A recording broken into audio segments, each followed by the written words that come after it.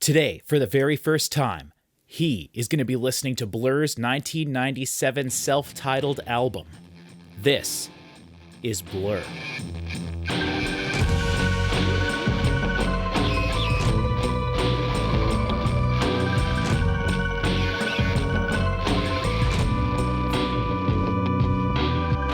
Hello, everybody, and welcome back to another album review / reaction here on the channel. My name is Patrick Musilek. That's my cousin, Cody Musilek, no relation.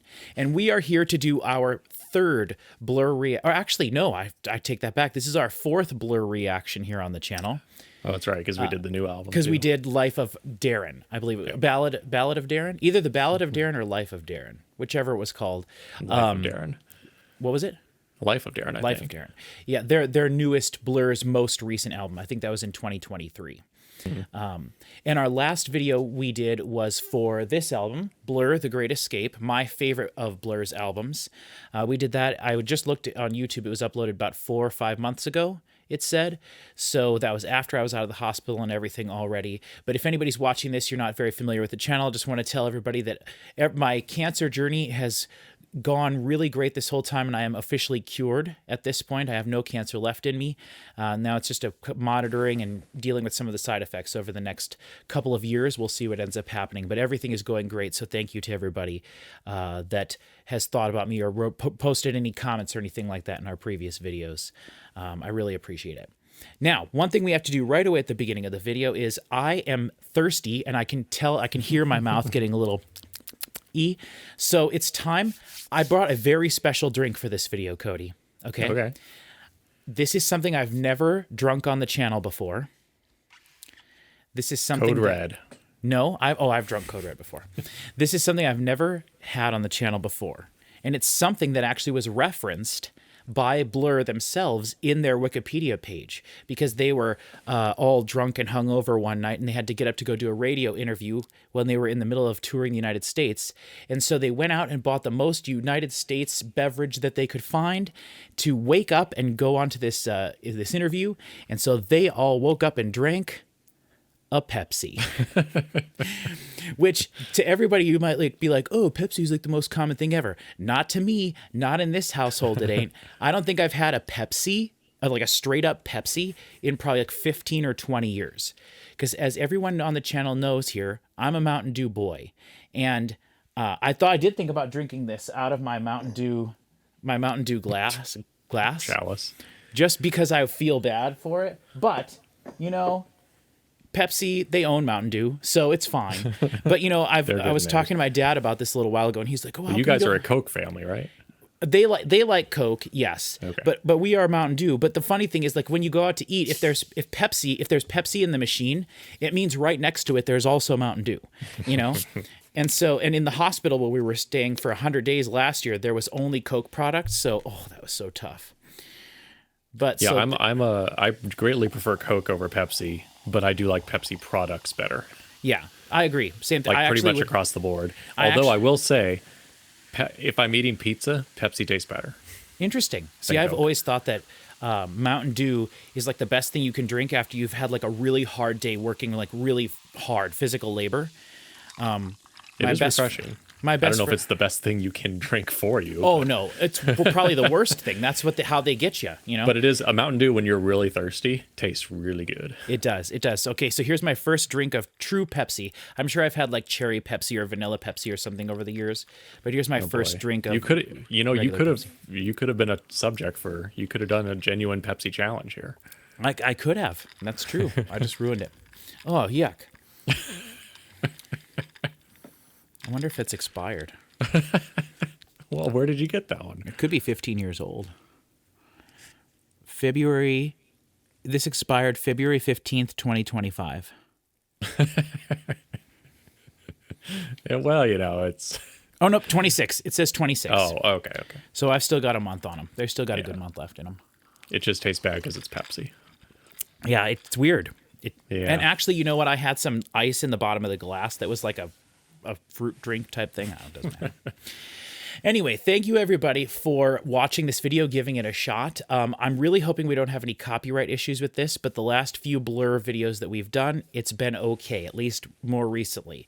When we first posted our original reaction to Park Life two or 3 years ago, I think 2 years ago, I had to upload it originally without the music in it because of the copyright stuff that was going on. But since then, I've been able to re-upload that video with the music in it. So if you're interested in Blur's older discography as well, and you haven't seen those videos already on our channel, we have reacted to Park Life, The Great Escape, and then also Life of Darren. So this is a really big one. This is Blur's most popular album, their best-selling album to date, and is considered by many people to be their best album. It is, in my opinion, their second worst album, I would say, maybe. I am not a big fan of this album, but we'll get into that in a little bit. To make this I love easier, when a band does a self-titled, like, as their fifth album or something. Yeah, for sure. This is the Blur's White Album, essentially, sort of, Sure. is what it is. So, okay, so I'm very excited to talk about this with you, Cody, because there's a lot of really fun information out there about this album. Since it is their biggest album, there's a lot of just info and stuff out there. And I was looking on the Wikipedia page. I scanned the whole thing. I actually read the whole thing, which there's quite a bit just on this album, which is really cool. And then I also went through the Blur manual that I have. That I got from my Blur box set, for people who are unfamiliar with the channel here. My pride and joy of Blur, the most expensive piece of media that I own. According to my Discogs, other than my $2,000 Birthday Massacre record, which will now be worthless because they're re-releasing the album. No. Anyway, this is the album that we are talking about here. This is Blur's self-titled album, which is called Blur. There are 14 tracks, and it is very long and interesting. Here's the deluxe edition that was released in 2012 and came with that box set. You can buy all of these separate, though they're very expensive. And then in more recent years, they've reissued these as vinyl sets.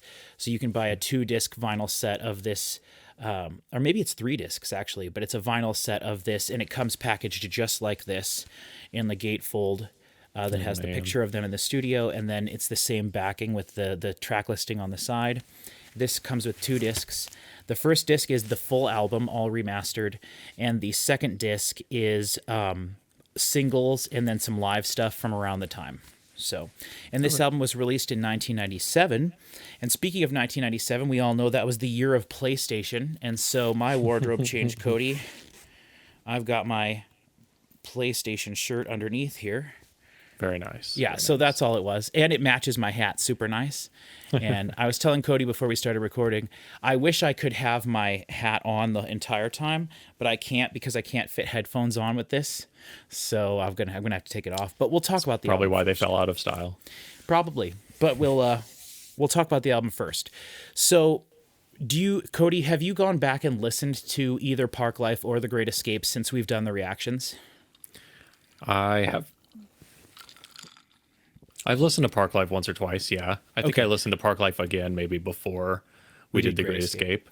Yeah. But it's been a while. It's been probably 5 months since I've listened to one of their albums. Well, I just was curious because I know you said you were going to, but I know at the same time I was telling you, like, don't listen to too much because I want to do more reactions. Yeah. And I, so I wouldn't, I don't want anything. But overall, of like all the videos you've kind of dragged me in to show me something, Blur has been the one where I've kind of come away as like a fan, I would say. Yeah, and it's been really fun for me too, because as we've been doing the Beatles, the one thing that I keep going back to listening to the Beatles is like, man, this is such like Blur. And we have multiple comments that are like, you idiot, Beatles were 50 years before Blur. And I'm like, okay, whatever, disregard that. There are smart people here in this video. That's right. But it's really fun to do what we're doing, because you're getting Beatles, but you were also saying like the Kinks, I think was a band you were. Yeah, I want to do the Kinks sometime with you. And a couple other things that I hear more Kinks in Blur than Beatles. Sure. Certainly some Beatles in there. Yeah. And so we've been talking about that just a little bit and just like how that kind of works. And I love the idea that I'm learning more about Blur doing the Beatles and you're learning about Blur. You know about the Beatles, but you're it's like a fun thing that we're kind of doing, which is really neat. Yeah. So I want to say this album is from 1997. I think I just mentioned that. I forgot that I did that already, but that's fine. So I want to spend a bit of a chunk of time of the video here at the beginning talking about this album because there's some fun stuff. And I thought one of the fun things, you and I have talked about it a little bit at the end of the previous videos where I was like, oh, this album's a little different. It's like, do you remember what I said about it really? This album specifically? Yeah, and just like how their music got after their last album that we listened to. No, I remember you said it was kind of a turning point, and I know obviously song 2 got really big, right, unexpectedly. Yep, and that's on this album. Yeah. So okay, but no, I don't really know what this sounds like. Yeah, or I don't remember what you said about it. And then while we're talking about that, do you think you've heard anything else from this album? Their other big single from this album is called Beetlebum. Beetlebum's, the title sounds familiar, but I bet I haven't. Okay, well, we'll see. And then M.O.R. was also a song that was kind of a single, and so was On Your Own, but I would be very surprised if you heard either of those. No. Beetlebum was the first song off of this album that was released, and it got to be #1 in the UK, but it wasn't until song 2 hit huge that they really started to chart in the United States. Okay. But we'll get to that in a second. I think that's going to be kind of fun. I wouldn't be super... Well... I had never heard Beetlebum until I got into Blur. So like I didn't have any recollection of listening to it on the radio or anything like that ever. So I, at the time, and then even years after that, I don't think I'd ever heard it until I got into Blur and started like looking into them. Okay. So I would be kind of surprised if it sounded familiar to you, but at the same time, you do listen to like alt rock stations where they might play some throwback stuff. And this would be a great track for them to play from the 90s that still people hold like pretty high regard. It's one of my least favorite Blur songs, actually. So it'll be fun for us to do that. But I thought a good place to start would be the very first tiny paragraph that they say about the album in this book here. So I put my little ribbon here on the correct page, and I thought it would be fun to start with this. So it says, released the 10th of February, 1997, their highest UK charting position was 1, and its catalog number, Food CD 19. Because it was Food Records is what this was released off of, Food Records. Okay. And I've never looked into the history of that record label, but that was what they had been releasing some of their music on. And obviously they were a big record label because they released this album. And if they weren't, they were after this. So it says, recorded partly in Iceland, Blur's 5th album saw the band turning their backs on what by now had become known as Britpop. Raw and edgy, it drew heavily on the band's live sound coupled with digital recording and editing technology. Where there might have been trumpets, there was now a vacuum cleaner. It was dubbed commercial suicide by the music press, but was the first record to really connect with American audiences, and it became a global hit. So that's what they have listed here. And so I then went through the whole wiki article, and so I think it might be fun to actually go through some of this because I'm really curious for you to hear this, like what they're saying about the album. And then I really want to know what you think that means. And then as we listen to it, if you agree with what some of these people were saying. Does that make sense? Sure, yeah. Because I really like the way, like, I don't care for this album that much, so I've never bothered to read the Wikipedia article on this or anything. Yeah. But reading this, to me, I was like, oh, I feel like I kind of understand the album a little bit better. And so I thought that was kind of neat. Okay, so on the first paragraph is interesting, and this is the first paragraph on their wiki page. This is for the album specifically, not for Blur, but just for this album. Yeah. So it says, Blur is the 5th studio album by English rock band Blur. The Blur had previously been broadly critical of American popular culture, and their previous albums had become associated with the Britpop movement, particularly their album Parklife, which had helped them become one of Britain's leading pop acts. After their previous album, The Great Escape, the band faced media backlash and relationships between the members became strained.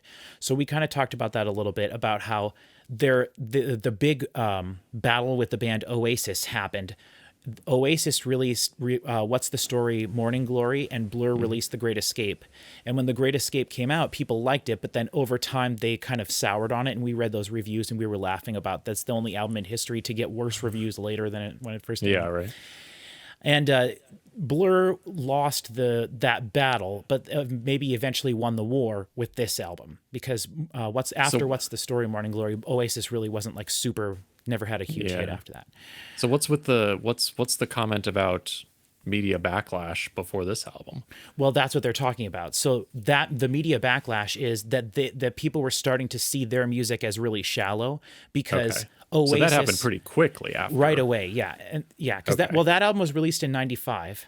Yeah, and this album was '97. So and they so were basically critics liked it, and then once they realized that, oh, people actually like this Oasis album and it's going to be a huge hit, we need to kind of change the history to be like, oh yeah, Oasis was better. was a better album. Well, kind of. I think people like the Oasis album too, but I think it more came down to the fact of like what was the popular thing in England at the time.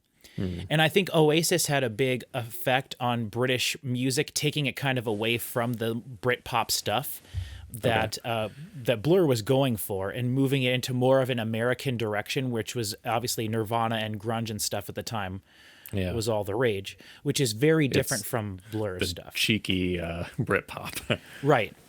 Yeah. Okay, so it says, so this is the second paragraph. Under the suggestion of the band's guitarist, Graham Coxon, the band underwent a stylistic change, becoming influenced by American indie rock bands such as Pavement, which is a band I'd never heard of. Have you ever heard of? Oh, sure. I can't think of what they sound like, but yeah, they were big. Yeah, I had literally never heard of them before, so I did a little looking into them because they're mentioned like multiple times in this book and on their wiki page. And so I was like, oh man, okay, so I probably need to look into this, or maybe not, based on how I feel about this album. But it says recording took place in London as well as in Iceland. Their drummer described the music on the album as being more aggressive and emotional than their previous work. Producer Stephen Street claimed that the lead singer-songwriter Al Barn had started writing about more personal experiences, while Coxon, the guitar player, revealed that listening to Al Barn's lyrics, it became clear to him that he'd obviously gone off of his head a bit more, is what he said. Okay. And then I thought this was fun. Yeah, or actually, that's pretty good. So basically then, the only thing you kind of need to know is that Blur were this was the era where they were kind of like falling apart after The Great Escape. They were all kind of a little burnt out because they made 3 fantastic albums 3 years in a row, and they were touring a lot.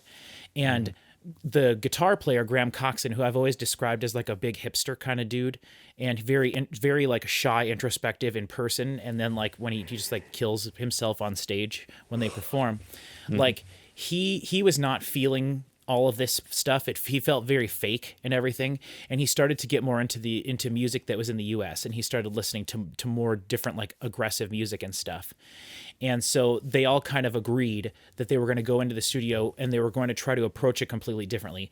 Basically, they had been trying to make pop hits. So they went in, and Damon Albarn would write these really flowery songs that you remember were like about Dan Abnormal and, Tracy Jacks and just like different characters and stuff. And on this album, he started using like I more and like to be more introspective and stuff. Okay. And then the guitar playing is absolutely insane. So there's a few other things I wanted to read though, because I thought it was kind of fun. It does say in here about that. It says Blur became perceived as an inauthentic middle-class pop band in comparison to the working-class heroes Oasis, which made the lead singer Damon Albarn feel stupid and confused. Bassist Alex James later summarized, after being the people's hero, Damon was the people's prick for a short period. Basically, he was a loser and very publicly. And that is absolutely true. If this is your first video on the channel, everybody watching, Damon is like one of my musical idols, and I really appreciate a lot of stuff that he's done, even though there's a lot of music that he's done that I don't care for that much. I really like him, but knowing about him, watching documentaries and stuff about him, he has a hard time being a public figure, and that's why he likes to collaborate with people so much. He just puts other people in front of his projects a lot. That's what the Gorillaz is all about. So then they basically were they were kind of fighting within the band. And it says here, Coxon struggled with drinking problems and, in a rejection of the group's former Britpop aesthetic, made a point of listening to noisy American alternative rock bands such as Pavement. It says he was getting more influenced by American guitarists and saying that it gave him, like listening to these guitarists from the US with this more aggressive style, he felt invigorated, and he felt like he was ready to start doing more again. So then it says, although he had previously dismissed it, Albarn grew to appreciate Coxon's tastes in lo-fi and underground music and recognized the need to significantly change Blur's musical direction once again. And he's quoted as saying, "I can sit at my piano and write brilliant observational pop songs all day long, but at some point you've got to move on." He subsequently approached the guy that was producing the album with them and said they agreed to make a more stripped down sound on the band's next record, and it to be a little bit more personal and things like that. So very interesting. So the recording session started in June 1996, which was less than 6 months basically after Great Escape was released. Because if you remember, Great Escape was released in the fall, like I think around Christmas time. And they had singles and stuff released throughout the year before that, but it was around Christmas that all this stuff came to a head, and then they felt super dejected around that time. Okay, so it says, apart from this change in musical style, the band changed the way they recorded. It was the first time we sort of started to just jam. We've never really jammed before. We were quite White Cody overall about recording, like in a laboratory. So that's how they did approach their stuff. White Cody was my nickname in college. White Cody? Well, yeah, that's actually hilarious. That's very funny. White Cody. So it says, basically, we just got together and played for 2 weeks in a way that we hadn't done since 1991 when they were recording their first album and sort of just like figuring out what they wanted to be as a band. We wanted to purify the sound, to not have anything there not be played by us. We reasoned that if we made small changes in the input end, it would affect large changes at the output, which I think is a good quote. That's very fun. Yeah. It said Blur had decided that commercial pressures of writing hit singles wasn't going to be the main consideration anymore. The mood in the studio was very different from the first day I started working with them. So and basically the guy, their producers, whose name is Steven Street, he basically said, we got in the studio, they worked for a couple days, and it was kind of awkward as everyone was trying to like get over their baggage they had with each other. And then they just started clicking and playing together as a band. And then that's how everything kind of came together. I know some of this is saying the same stuff over and over, but I think it's kind of important. So what is your opinion so far hearing some of this information? I know I haven't really given you anything specific. It doesn't really excite me. I think what I like about Blur, from what I've heard, is I like, and what I like over them over Oasis is that they're kind of cheeky and fun and extremely British, and they felt not middle class, working class to me. Yeah. They felt like they represented that demographic over there pretty well. Yeah. Even though I wasn't over there, but so to hear them kind of scrap all that because the public thought that they were too fake or whatever, it's kind of disappointing. Mm-hmm. Yeah, they were all those wonderful, nice things, weren't they? Yeah. Well, we'll have to see what happened to it. And then there's like 2 huge paragraphs about like 1 or 2 sentences about a lot of the songs on this album. So as we go through the album, I want to read you some of that stuff before we listen to it. Okay. I think, unless you'd rather wait until afterwards, but I think it'd be fun to do it beforehand. Yeah, sure. And then the last thing I want to just get into real quick. It says the music press predicted that the lo-fi sonic experimentation would alienate Blur's fan base. Those fears were also shared by some of the guys in the band, and they were saying that they had no problem when they would go to their shows in England. They was basically like a bunch of screaming 15-year-old girls in the audience, and they didn't know if those girls that fan base would continue to follow them if they made this change. Okay. And so they were worried about it at the time too.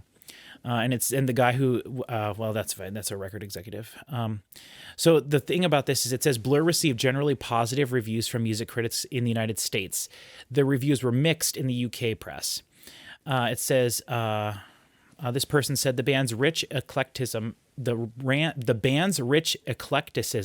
and sense of songcraft, certainly. They are trying for new sonic territory, bringing in shards of white noise, gurgling electronics, raw guitars, and druggy psychedelia. But these are all just extensions of previously hidden elements of Blur's music, which I totally agree with that. I think you got like moments of some of this stuff they're talking about, but it just didn't.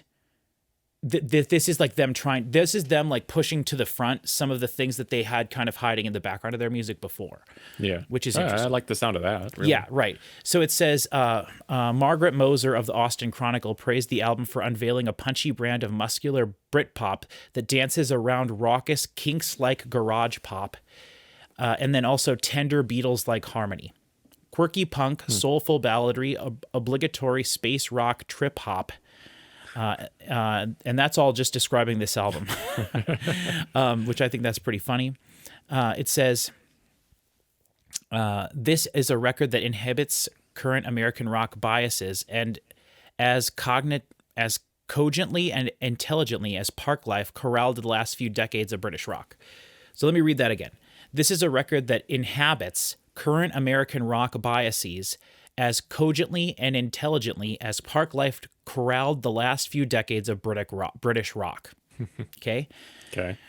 Okay, so then the lyrics were generally praised throughout the album. People really liked that. Whereas I told you before that that Damon Albarn got a lot of flack for his like doing lots of na-nas and hey-heys and things in choruses. Yeah. And so people wanted him to write more serious stuff. And so the last thing I want to read here is it says, at the 1998 NME Awards, Blur received a nomination for Best Album, but it lost to Radiohead's OK Computer, which is a good time for me to say I would like to do a Radiohead album here on the channel. Yeah. I have never heard, I don't know any, I only know one Radiohead song. Actually, I know Creep. Everybody knows that song. Mm-hmm. Creep, and then I know one other song because it was used as the outro song to one of my favorite animes of all time called Ergo Proxy. It was a song of theirs called Paranoid Android. I thought you were going to say it was a wrestling theme. Nope. No, I don't think. I'm not sure Radiohead's the best band to do a wrestling entrance theme, but maybe for someone's weird gimmick. Yeah, you never know. And maybe I have heard other Radiohead songs. I just didn't know it was them. But I really want to do a Radiohead album here on the channel. So let us know if that's something you guys would be interested in. Yeah. It says in 2013, NME ranked it at number 137 in its list of top 500 greatest albums of all time. All right. So I think that's interesting. 137 in the list of 500 greatest albums of all time. That's pretty good.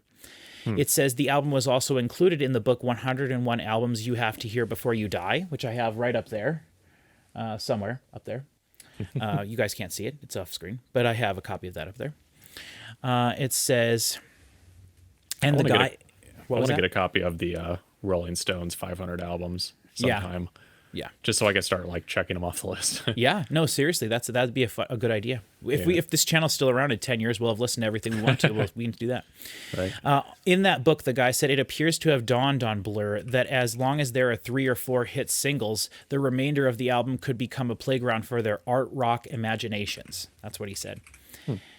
And then basically this is one of the albums that all members of Blur still to this day like, and they talk about it very positively. So if you're wondering, on the Rolling Stones list, the only Blur album on there is Parklife, and it's number 400 and something. So snubbed. Yeah, I'm surprised it made it onto this other website's top 500, and to be in the top 200. Anything after 1980 to be included in a greatest of all time, other than like Michael Jackson, you're that's pretty good, because all of those lists, the top 50 are dominated from Beatles, usually. All the Beatles albums, all the Rolling Stones albums, all the Pink Floyd albums. Those are basically the top 25. I just mentioned them all right there because that's how stupid people are. They don't think any music was made after 1980.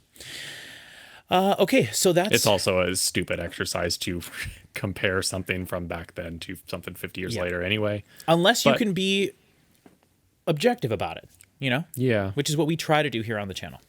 So Sure.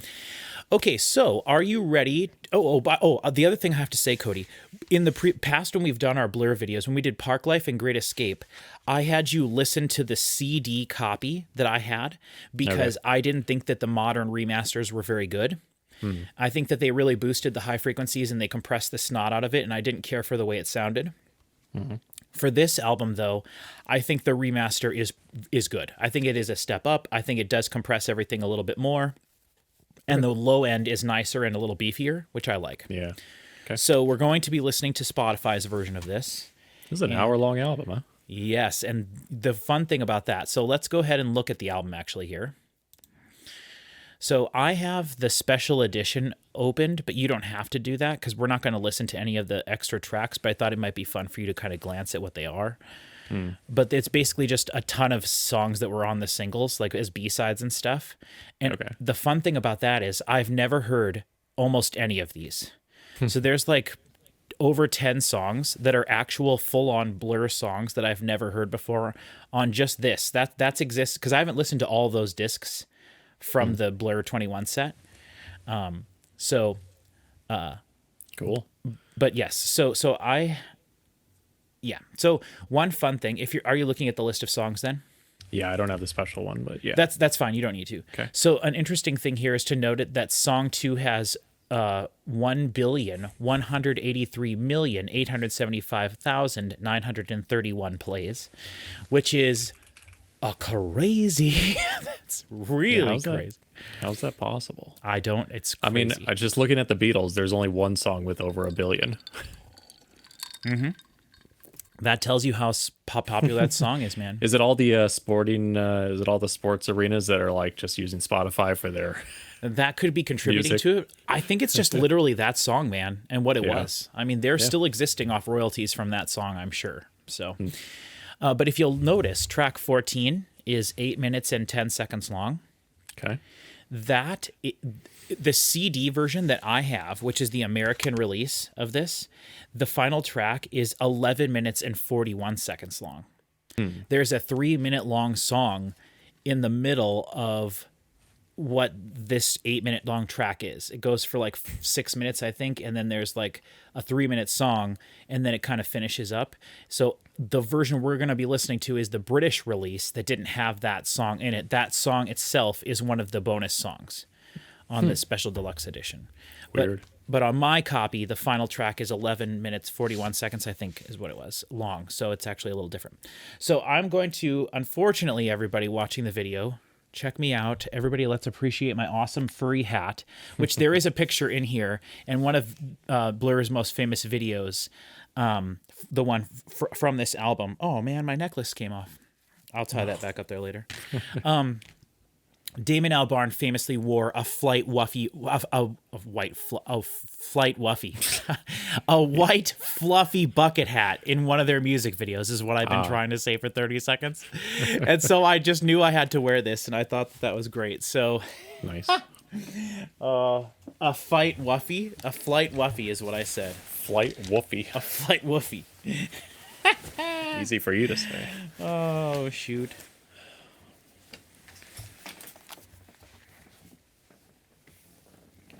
Oh, that feels so much better. Let me tell you. Ooh, that feels so much better. Okay, now I got to tie my necklace back up here. I don't know how we all wore those fluffy bucket hats in the 90s all the time. I know. Mm-hmm. I had a Powerman 5000 bucket hat that was like literally one of my favorite things I've ever owned in my life. And I left it outside at school one day when we were just messing around, and one of the kids came and stole it, and they never gave it back to me.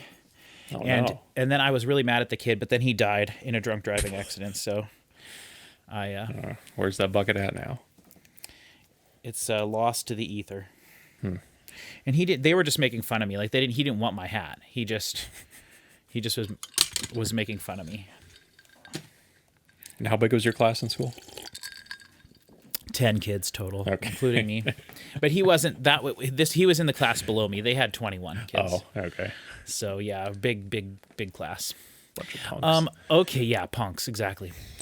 Okay, so do you have any questions, and how are you feeling going into this then? Yeah, I don't know what to expect. I guess maybe we'll talk about it when we get to song 2, but I guess I was wondering. Well, okay, here's a question. Yeah. This album, and at least song 2, got big in America, obviously. Yep. Did they like tour America prior to this album, or like they did, but they were not huge in the U.S. Did they ever have like a charting hit at all? I don't think so. Okay. No, not that a was charting my one. impression. But yeah, there might have been like some that. I mean, you probably heard them every now and then, but yeah. Okay. It wasn't. Yeah, it wasn't. Okay.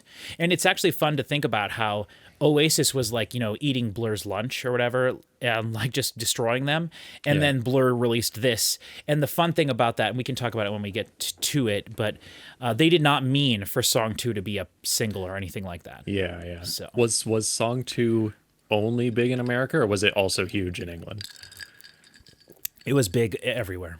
Okay. It was a worldwide And probably other thing. countries, yeah. Japan. They went and toured Japan a lot after this and everything. Gotcha. So, yeah. Cool. Oh, All right. I just want to point out real quick, I did get, people mentioned in the comments of our last video that I mentioned that Blur released a a live album last year on CD or in 2024 that I was waiting for them to release the Blu-ray of it or the DVD of it eventually. And some of the comments were like, dude, that whole show is included on their new documentary that they're releasing. And so I bought the Blu-ray of their documentary To the End. Oh, cool. And it comes with the entire 132-minute show of them performing at Wembley Stadium. Oh, that's awesome. I would like to see the documentary. I plan to someday for us to get together when we're done with this Blur stuff, and I want us to get together and watch a couple of their documentaries that I have because they are fantastic. Okay. No Distance Left to Run in particular is when they got back together after being not talking to each other for like a decade. Mm-hmm. That documentary is really cool. That's a really cool documentary. But I have multiple documentaries. There's plus old shows from like the early 90s before they were Blur even, like video footage of that kind of stuff. Cool. So, okay, hopefully everybody is good with this long intro. I found it very interesting, but I don't know how you guys all feel. They can always skip it.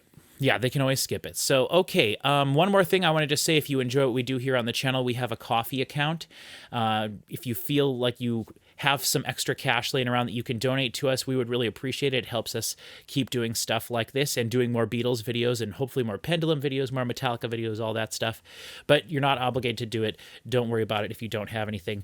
I get it. But think about it if you can. And then also check out our Discord. You can go there and talk to all the awesome small community we still have, but the growing community we have there about all the awesome stuff we've got coming out on the channel. And we've been doing live talks and stuff a little bit more recently. So we want to try to do more stuff involve Discord and everything in it. So I'd recommend checking it out. Okay, so I want to read you what it says about Beetlebum because I'm very excited about this, Cody. What it says specifically. So it says, album opener Beetlebum has been described as a Beatles tribute by several publications. Earlwine wrote that the song runs through the entire White Album in the space of just 5 minutes. And then it says, Q Magazine's Andrew Collins compared this song to the Auteurs, as well as a slightly menacing Free as a Bird, due to the slight droning undulating in the foreground and a sweet elongated coda busied by what sounds like an invasion of turkeys. So isn't that amazing? Yeah, that's cool. So we listened to the White Album recently, so that's good to have that top of mind. I don't think you know Free as a Bird. I don't. Is that a Beatles song? That was the first new Beatles song when they did the anthology series. Okay. They've made like 3 new Beatles songs, and one of them just came out last year. Okay. But that was the first one of those that they did. And is the Auteurs, is that also a Beatles song? Or is that the name of a band? How did you use it? It's just a word. The Auteurs were a British alternative rock band in the 1990s and a vehicle for songwriter Luke Haines. I clicked the link. I did not know the Auteurs. So yeah, but the fun thing about this is you're going to know a lot of the stuff that the people are referencing as we go through this, and I think you're going to be like, oh, well, what? So okay, and then just to finish this on this, there's a whole paragraph just on this sentence. It says, L. Barn admitted that Beetlebum was about heroin and drug experiences he had with his then girlfriend, Justine Frischman of the band Elastica. So I don't know if you know who Elastica is, but this lady was in it. He also stated that the song describes a complicated emotion, sort of sleepy and sort of sexy. The song's title alludes to the phrase chasing the beetle, which is a variation of the phrase chasing the dragon, which refers to inhaling the smoke from heated heroin, morphine, or opium that has been placed in a piece of tinfoil. Okay. So this is the Beatles' White Album. Yeah, sure. This is very Beatles inspired, it sounds like. All right. So, all right, Beetlebum. The 2012 remaster is what we're listening to. This song has almost 100 million plays. It's 99,571,000. So, are you ready, Cody? Yep. All right, Beetlebum in 3, 2, 1.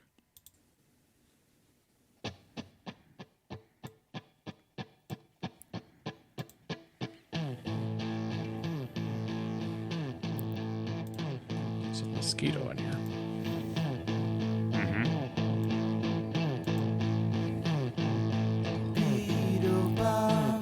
I don't think I've heard this. Okay. What you done?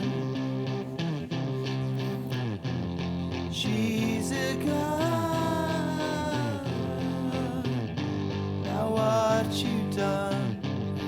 Beetlebum, get nothing done. You beetlebum, just get numb. Now what you done, beetlebum.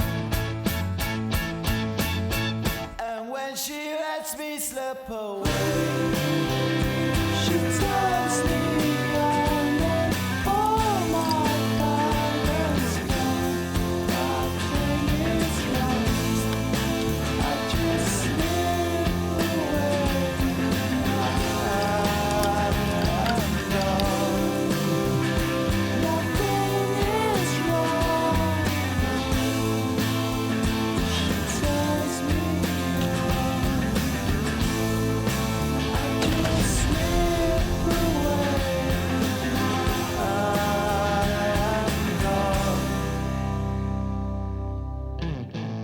So is it sounding like Blur to you? Sure. Okay. It's not too different. Okay. I'm just curious as we go through this. because you're young. She's a gun. I love that stuff. The panning. Yeah. Beetlebum, she'll suck you fun. She'll make you come. 'Cause she's your gun. Now what you done, Beetlebum. And when she lets me slip away, she tells me Yeah, that effect, you can really hear that effect on his that John Lennon effect on his voice when they cut out all the music there. Yep. And that might only be for that part, you know? Possibly, yeah.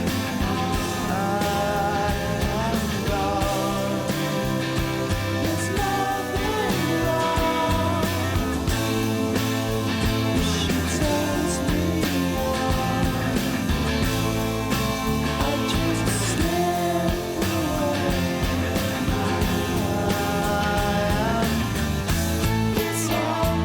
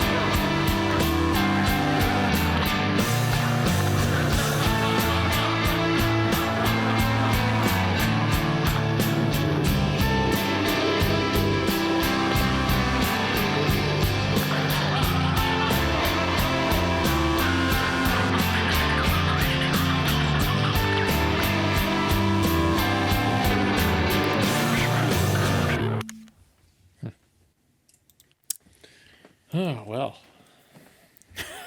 Kind of depressing, I guess. Yeah. That was good, though. It was a strong start. That was like very, yeah.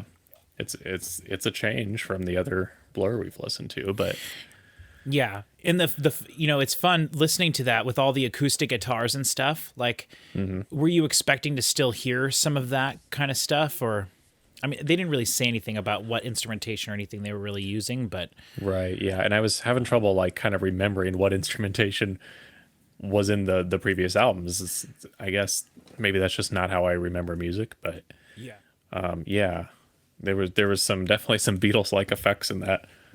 Yeah, when I was reading, so what of it did remind you of the Beatles? Just out of curiosity, like if you can pinpoint man. something other than just a general vibe. There was kind of a Free as a Bird vibe. Okay. And there's like a melody over, there's a guitar melody over Free as a Bird. And Free as a Bird was before this, like 91 or something. Mm-hmm. But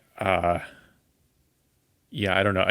I was when they said the entirety of the White Album, I was expecting a lot more like change ups and Variety, crazy stuff to yeah. happen in a 5-minute song, but it was pretty consistent throughout, and you had that weird John Lennon voice effect, and it got a little oh god, I don't know. There's a couple songs that I can't really think of right now specifically it reminded me of, but Sure. yeah. And there's that like psychedelic-y part of it as well. But to me, the big thing about this that feels much different than mostly anything Blur had done before, was that it's very like jammy repetitive, right? It's just them repeating the same thing over and over, like looking at each other in the room. You can imagine them all playing together, and then just like, okay, keep going for however long they want, and then they stitch it all together.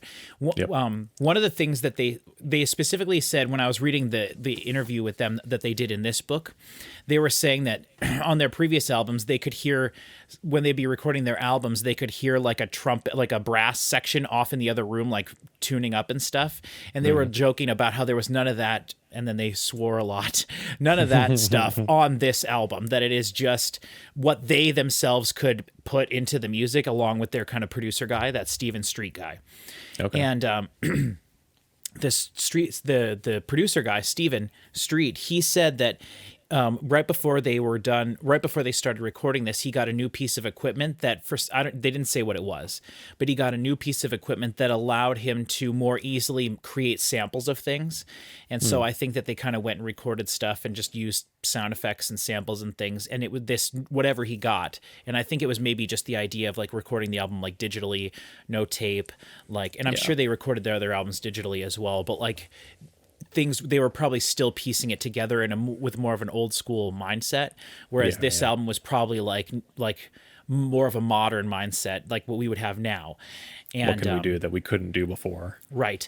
But also not even so much that, like trying to be innovative or anything, but just like letting the band do what they're doing in the studio, and then not adding a ton of stuff to it after the fact with all these guest musicians and things and brass players. And Damon probably played acoustic guitar on that song, strumming. And like I didn't hear any piano or anything on that really. Maybe a little bits here and there, but the main thing is just that main riff, that dum dum dum dum dum dum dum dum, like that's the core of the whole song, and it's very catchy, and it starts right off, and then it's pretty much the same kind of thing throughout. The only difference is that chorus with the big part, which is very Blur, Yeah. So very interesting. Okay, moving on to song 2. It's so funny. I have so much stuff I want to say, but you have to just listen to the album to get to stuff. Sure, yeah. Okay, this is song 2. Everybody knows it. This song might get us copyright striked. We'll see what ends up happening. It's only 2 minutes long. I think this is like one of the shortest songs ever to be at like the top #1 spot. Oh, really? Yeah. I didn't look at the song 2 specific wiki page, but we don't need to do that. The only other thing I was going to say is, and this is just my knowledge of it, and like they wrote this song as like a FU to the record label, and like it was not supposed to ever be a single or anything like that, and they just kind of made it as a joke. And they were like, oh, show them this song. And then they were like, oh, this is awesome. Some guy was like, this is awesome. And then they released it as a single, and it exploded. And I'm sure put a lot of pressure on them after this to write songs that were like that, even though this is kind of a one-off in their category, in their catalog. But that last song, a lot more distorted guitar, if you'll notice there, and a lot less noodly stuff, right? Because Blur before, I would always comment on the bass, like just like flying around the bass, and Graham Coxon was always doing this like weird stuff that was super technical, but was just like off to the sides, more in the background. Whereas that, I feel like the guitars were a lot more front and center, and the vocals were more like droney over the top of that. So Interesting. We'll see. And everyone's heard this, so let's just get it over with. This is song 2 in 3, 2, 1.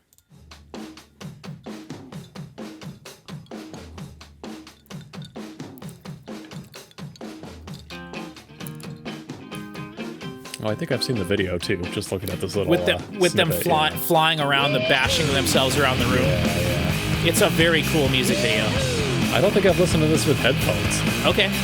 because that's really that distortion is like crazy.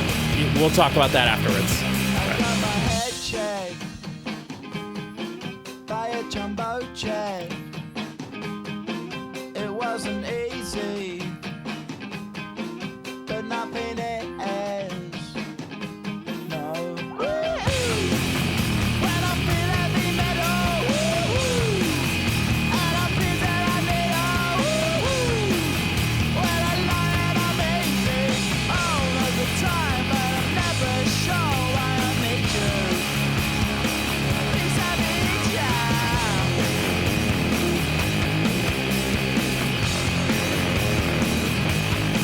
I got my head down when I was young. It's not my problem. It's not my problem. When I feel heavy metal, and I feel that I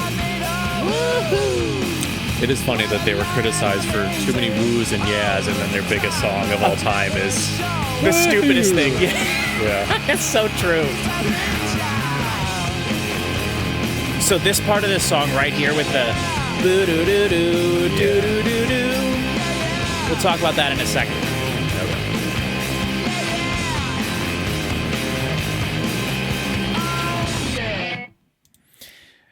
So that's all it is. So what are your thoughts having heard that maybe for the first time in quite a while and the first time with headphones like focusing on it? Yeah, that like low distortion, was that the guitar or the bass? Okay, so we'll just get into it right away. I don't know what you call that. Yeah, so that was the bass guitar with distortion on it. Okay. And the funny thing about that is, this is so funny. I just read this. There's so much to this song that's so interesting. So first of all, I have watched a lot of like musicians musical videos on YouTube about this song because people have had a hard time playing it. And they're like, well, what? This is like the stupidest, simplest thing ever. Well, when you watch breakdown videos of this song, and I can listen to this. I'm not saying I knew this when I was a kid or anything like that, but listening to it now, I can tell what's going on. But you know, when I was younger, obviously not. You know, and I knew this song. This was the one Blur song that I knew before I started looking into Blur. Sure. I didn't know any other Blur song. I'd never heard any other Blur song other than this one. And I specifically remember being younger and hating Blur because I hated the cover of their album Think Tank. And when I would go to Walmart and see it there were so many copies of it that were taking up room in the CD section. It's like, get this crap out of here.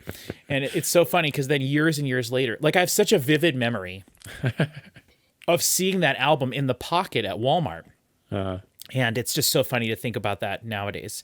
But that was before I even knew or cared about Blur at all. And then I got into them after Gorillaz got big. So, but anyway, so that was a bass guitar doing the big, right?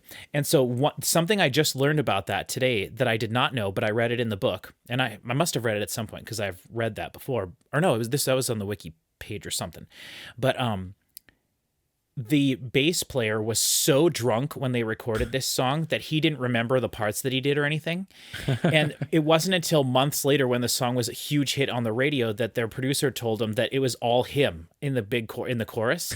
He didn't have any recollection. So the thing there's two things about this song that are weird, that when you watch music breakdowns of this song, the person was always like, this is such a unique, special song for these couple different reasons. Yeah. One is that people say it's impossible to play the drum part on one drum kit because he played 2 passes of drums, and they're just panned to the left and to the right. And so the drums sound massive in this song because of the way they recorded them.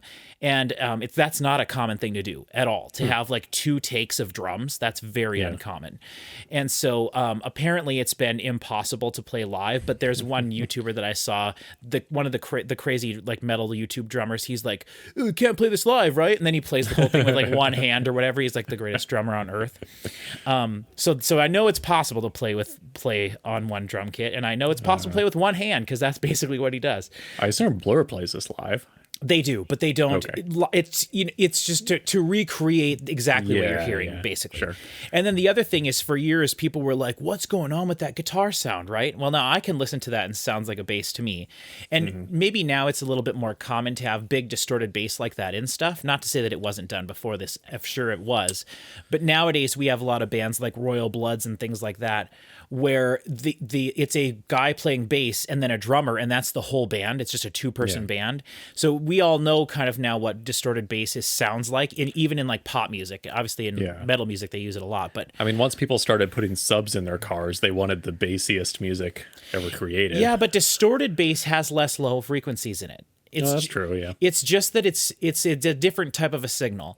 And most times in any song that you hear distorted bass, there's also a clean track of bass as well. Like everything. Probably in this song too. I wasn't listening for that, but the thing that threw people off, guitar players and everything, is that he's doing his main riff kind of the whole time, but then that part where they're going da da da da da da da da da, it's like a harmony guitar part, but that was also done on the bass.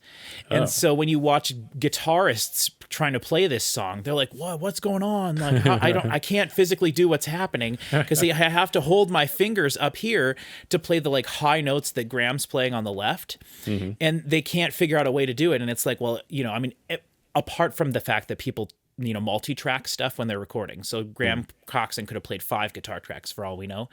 But like the bulk of what you're hearing in this song is the bass guitar, and it kind of threw people off. And there's, like I said, it's very fun to watch.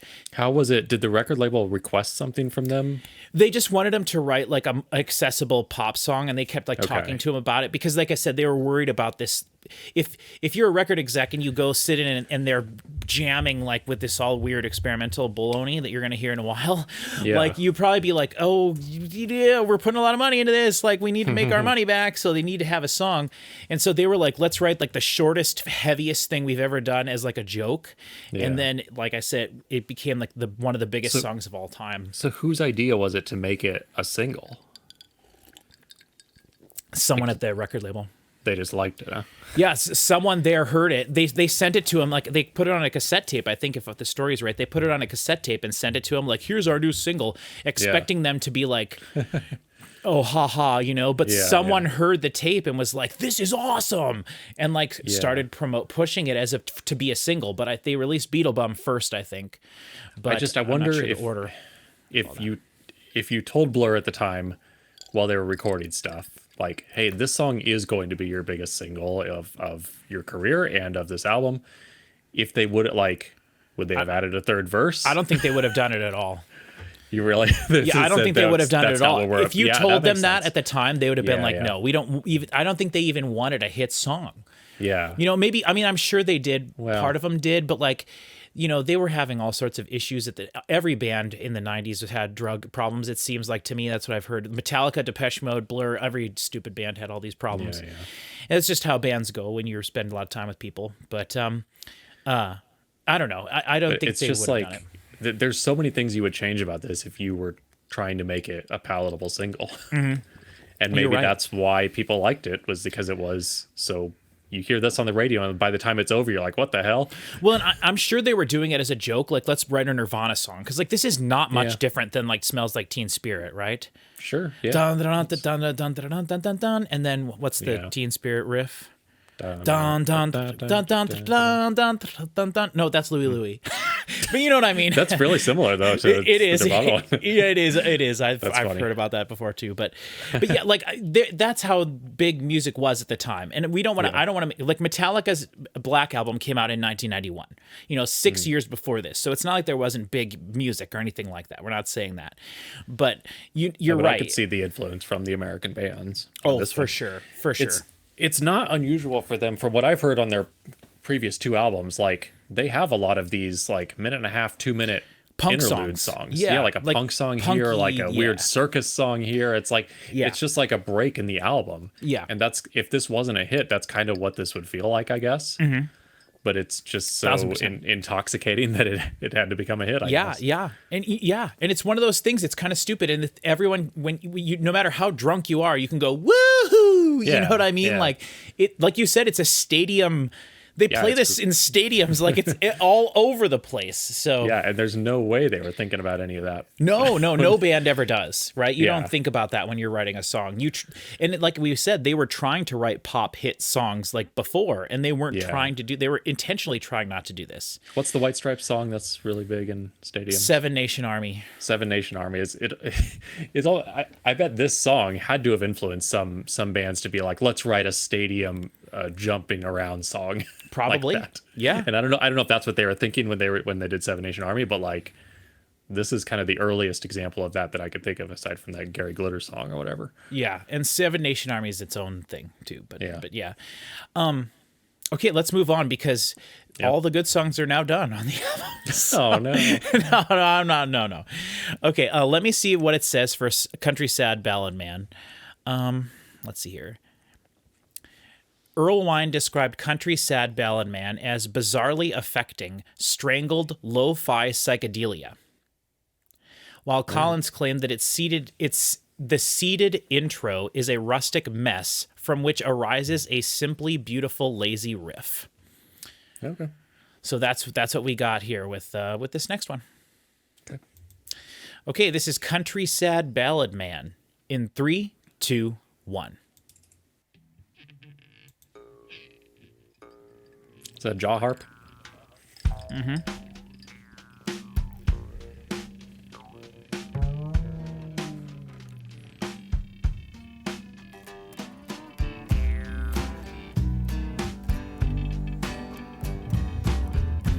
One of my great fears is that I'll love this the whole time we're listening to it, and then I'll have to take back everything I've ever said about this album.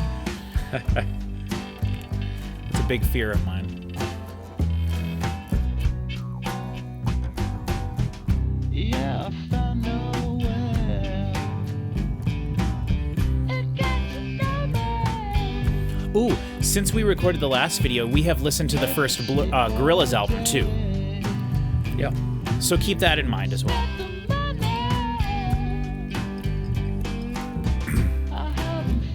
To my dismay, everybody hated the Gorillaz. So I don't hate them. I like them. I know. But I just don't yell it from the rooftops. Yeah. When you're showing someone your favorite band, you can't help but be disappointed if it's not their favorite band, you know? Oh no, trust me, there are so many things I want to show you, but I'm like, no. Yeah.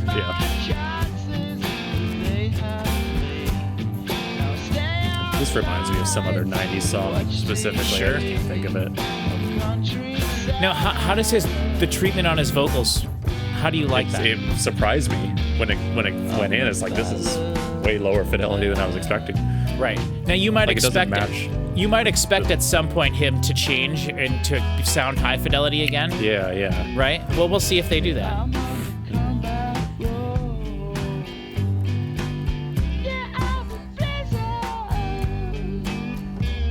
Upright bass being played on this, which they've had on some of their music before.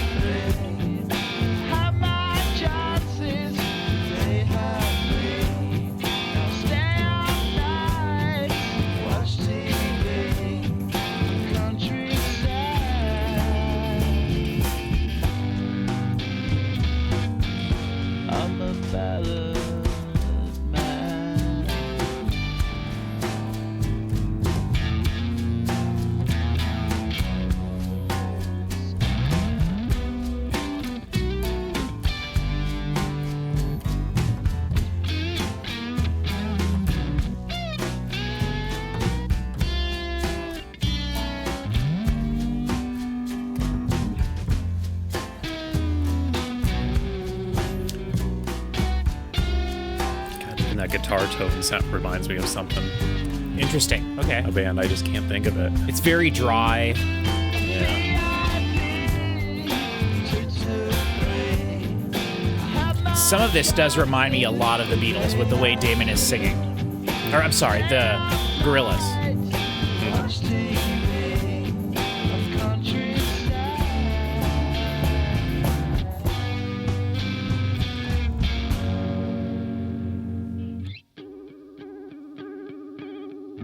I'm a Ballan.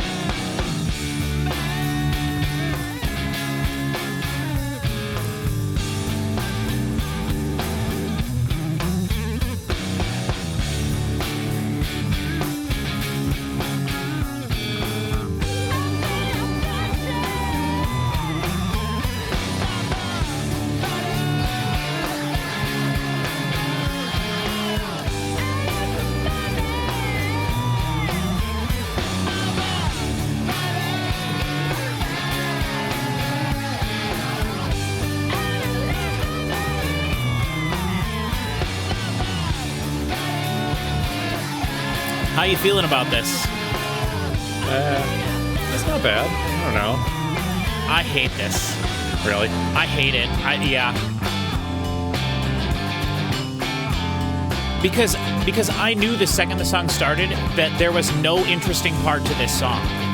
And I was like, God, I gotta sit here for 5 minutes and listen to this completely uninteresting thing. It is kind of long, yeah. After you remember those words. It is kind of long, yeah. Remember those words. So, yeah, you've now heard the perfect example of why I don't ever listen to this album, because I just find it tedious to listen to. Like I have talked about this on the channel before for other stuff, but specifically very in detail when Chris and I did our reaction to the two most recent In This Moment albums. The easiest thing you could do to ruin a song for me is put some crazy vocal effect on the vocal. Excuse me. Put some crazy effect on the vocals, and then just leave it there the entire time. Like, why is that vocal coming from a completely different place than the really nice sounding music that's folding around it? I hate that. I hate it. Like, I understand you can do stuff like that as an effect and lo-fiing stuff up or whatever for a little bit, but that effect should go away. A majority of the song should sound consistent with itself. And it's this like experimental like drone. When I say droney, I don't mean drone sounding, but just like plodding through the same thing over and over and over and over and over. You know, it just the same. And that's what Beetlebum did kind of as well. But Beetlebum was a little bit more upbeat. And I'm not saying that the songs have to be short or that they have to be poppy or that they have to be upbeat or they have to be fast. Because I love lots of long, slow, songs. But just like as we go through, we'll just see how you feel. Because I'm curious if you feel as tired at the end of this as I always do trying to listen to it. So I don't know. But I don't know. I figured out what that song was reminding me of the whole time. Okay. Possum Kingdom by the Toadies, which you would know if you heard it, but probably not. Yeah, it's from '94. I had to look it up, see what came first. But grunge, alt rock hit. So okay. So did you like that song? Yeah, I agree on that vocal. When the vocals kicked in, I was like, oh, that's really lo-fi, but I had already heard I think the music started first. I'm like, that doesn't match what I'm hearing with the music. Right. And a lot of songs do that. And then that sound goes away. And the interesting thing to me is that the background vocals on this song, which are clearly the background vocals, are more up front than that vocal, and they're clear during the chorus. Yeah. So how do you feel about when Damon does that kind of thing? He does the like, the money, the money. I like that. Like, right? That's just Damon, right? And to me, that's the like where the Gorillaz come in, because he uses his falsetto a lot more on the Gorillaz. But he didn't use it too much in Blur before this, but he does use it a lot from now on. So maybe to say that I think from here on, you're going to hear Gorillaz in a lot of this stuff. Okay. And I think Damon was coming up with the idea of the Gorillaz well, at this point, kind of an idea at least. But like sonically and songwritery and all this stuff, like there's a lot of similarities to things. Sure. And my favorite song from this album, which is coming up in a couple tracks, is like the most Gorillaz Blur song that there is. Okay, the Toadies song Possum Kingdom.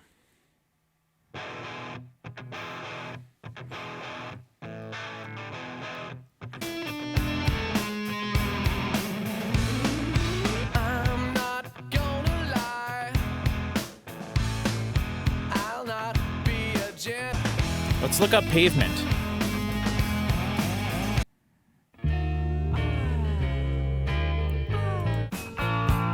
We're deep inside the grooves and it's time to shake the rations, 'cause someone's gonna cash in. The party turns again. The reference starts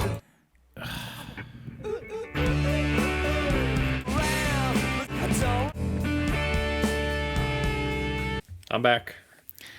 Okay, so we have wandered into the my least favorite style of music on the planet territory, which is I try not to think about that in relation to Blur, but I have said I've said to Chris Parker many times on the channel, I've said to a lot of people that the 90s are my least favorite decade of music. Yeah. And I hold true to that still, even though I have discovered a lot of music from the 90s that I really do enjoy. Well, And you got music from every decade that you can enjoy. I do, absolutely. And I think trip hop is like one of my favorite genres, and it is a 90s genre. Mm-hmm. But like there is a style of music only associated with the 90s that I hate with a passion because it's the most boring music in the world. And that Possum song that I just listened to is like the poster child. The only thing that could be worse. So then after that, I went and looked at Pavement because I was like, oh, Pavement. Uh-huh. So I looked up Pavement. Their biggest song is a B-side, and it has 250 million plays. They don't have any other song that's even close to that. Okay. And it's awful. It's terrible sounding. This is the like generic alternative grunge sound that I despise with a passion. This is why I don't ever listen to Pearl Jam or anything from the 90s like this, because it's so awful. And the thing is, Blur is trying to do a genre of music that I hate, but they have little bits of themselves into it, so I can kind of get over it. But I've also said multiple times, I do not like any album that Blur has made since Great Escape, with the exception of Think Tank, their album from the album that came out that Graham Coxon was not on, and that came out after the first Gorillaz album. Okay. That is like one of my top favorite Blur albums, and I think my fourth favorite after the three awesome albums that we listened to. Yeah, the two that we listened to, and then the one you have on your wall back there. Yeah. So like I just Did you hear a direct parallel to Country Sad Ballad Man from that? It's the same thing. I mean, it's right. It's if you just play until the singer started singing, I was like, this is Blur. Like you could have said, hey, there's a Blur B-side you've never heard. I'd be like, yep, totally. So that it just is disappointing. That doesn't really excite me for the rest of the album. Although I will say I do like that Toady song, that Possum song. Yeah. But there's like almost more interesting stuff happening in that song than there was in this Country Sad Ballad Man. When it's funny too, because the song we just listened to is like an acoustic upright bass song. You know what I mean? Right. No, Beetlebum was much closer to that Possum song. Yeah, with the guitars and stuff. But like, just the the general vibe of it. The general vibe is like not for me. Yeah. So. All right. Well, I'm not going to write this album off yet. I can appreciate some of that 90s grunge stuff. I think a little more than you can. Because I don't appreciate it at all. I hate it. I've said that before. It's not like my genre, but there's definitely stuff I can listen to and like. And it's funny too because like I think I got into music myself like right as that was ending, kind of. Yeah. Before we got into the like the shininess of the 2000s pop music and stuff. Yeah, I mean, we're a little. That Toady song was 94. We're a little young for that. Yeah, for sure. Okay, so I want to move on because I don't want this album to take forever. But especially now that we've made that direct grunge connection. Yeah. Well, no, we're going to hear a lot of different stuff on this. Okay, good. So yeah, that was the other thing I was going to bring up too. We didn't really say yet, but we both talked about when we were listening to Park Life and The Great Escape, the variety from song to song. You just like never know what you're going to get. You know, they could do a love metal that. song, they could do a reggae song, they could do whatever. And that's obviously what the Gorillaz is as well. And so we'll see if so far this album I feel has been a little bit more consistent. However, we've gotten a rock, like a slow rock song as the first song, a big bombastic stadium anthem rock song for the second song, and then an acoustic upright bass, like almost bluegrassy type of thing with a weird guitar solo that went on way too long, and then that's a money style vocals. Yeah. So now we're getting up to a song that I do really like. That is one of my favorite songs from the album. This is a pretty big single for them. This is the third biggest single from the album. So they released Beetlebum first, and it was #1 in the UK. Then they released song 2 as kind of like a whatever, like we were talking, and then it blew up everywhere. And then this album was released. I actually have the single for this, and I should have brought it down, but I wasn't thinking clearly. But I actually have the single CD release that they released for this. And they released an EP to go along with it called M.O.R. Which because it was M.O.R, but the song's called M.O.R. Clever.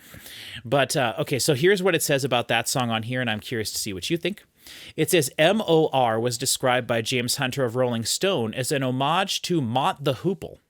Ooh, that's fun. Yeah, the song borrows the chord progression from David Bowie's Boys Keep Swinging and Fantastic Voyage, the latter of which was co-written by Brian Eno.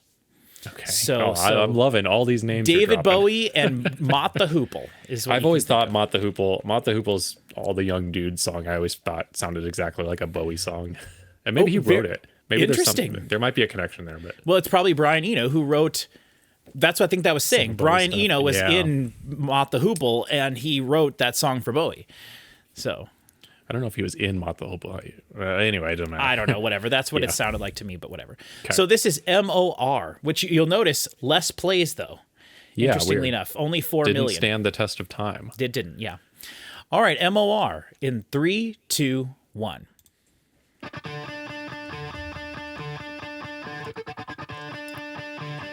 Oh man, just this little GIF in the corner. I want to watch the video for this. I know.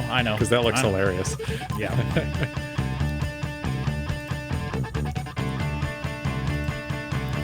It's automatic. Piano. I need to unload under the pressure. Got me love the road. Fall into fashion. Fall out again. It's so fast. The other band doing background vocals, or the other guys in the band. Because it never ends. Here comes a low. Here comes a high. Here comes everything. Here it comes. You, me, we'll work it out. Here comes tomorrow. 1, 2, 3 episodes. Okay, so how you feeling about this one? We're sticking together. It's fun. I like Right. it. It's Go Yeah. I feel like you can tell Damon Albarn probably had more of a hand in writing this one. yeah. These vocals remind me of their previous stuff. Sure. Yep.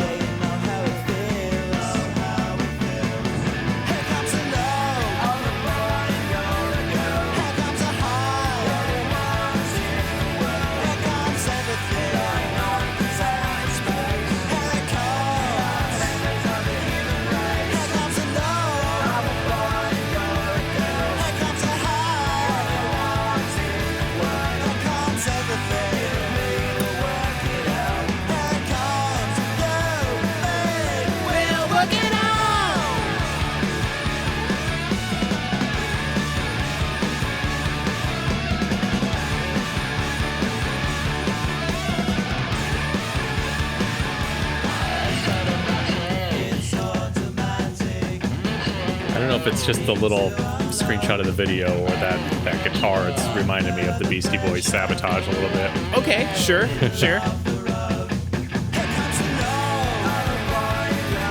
I think last year Blur, or maybe earlier this year, no, it was 2025. Blur remastered all of their videos in HD. So cool. Yeah. I love that bands have been doing that. Yeah. And yeah, I guess it's probably all AI upscaling or whatever, but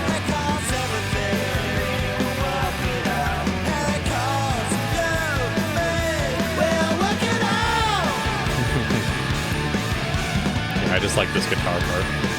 Yeah.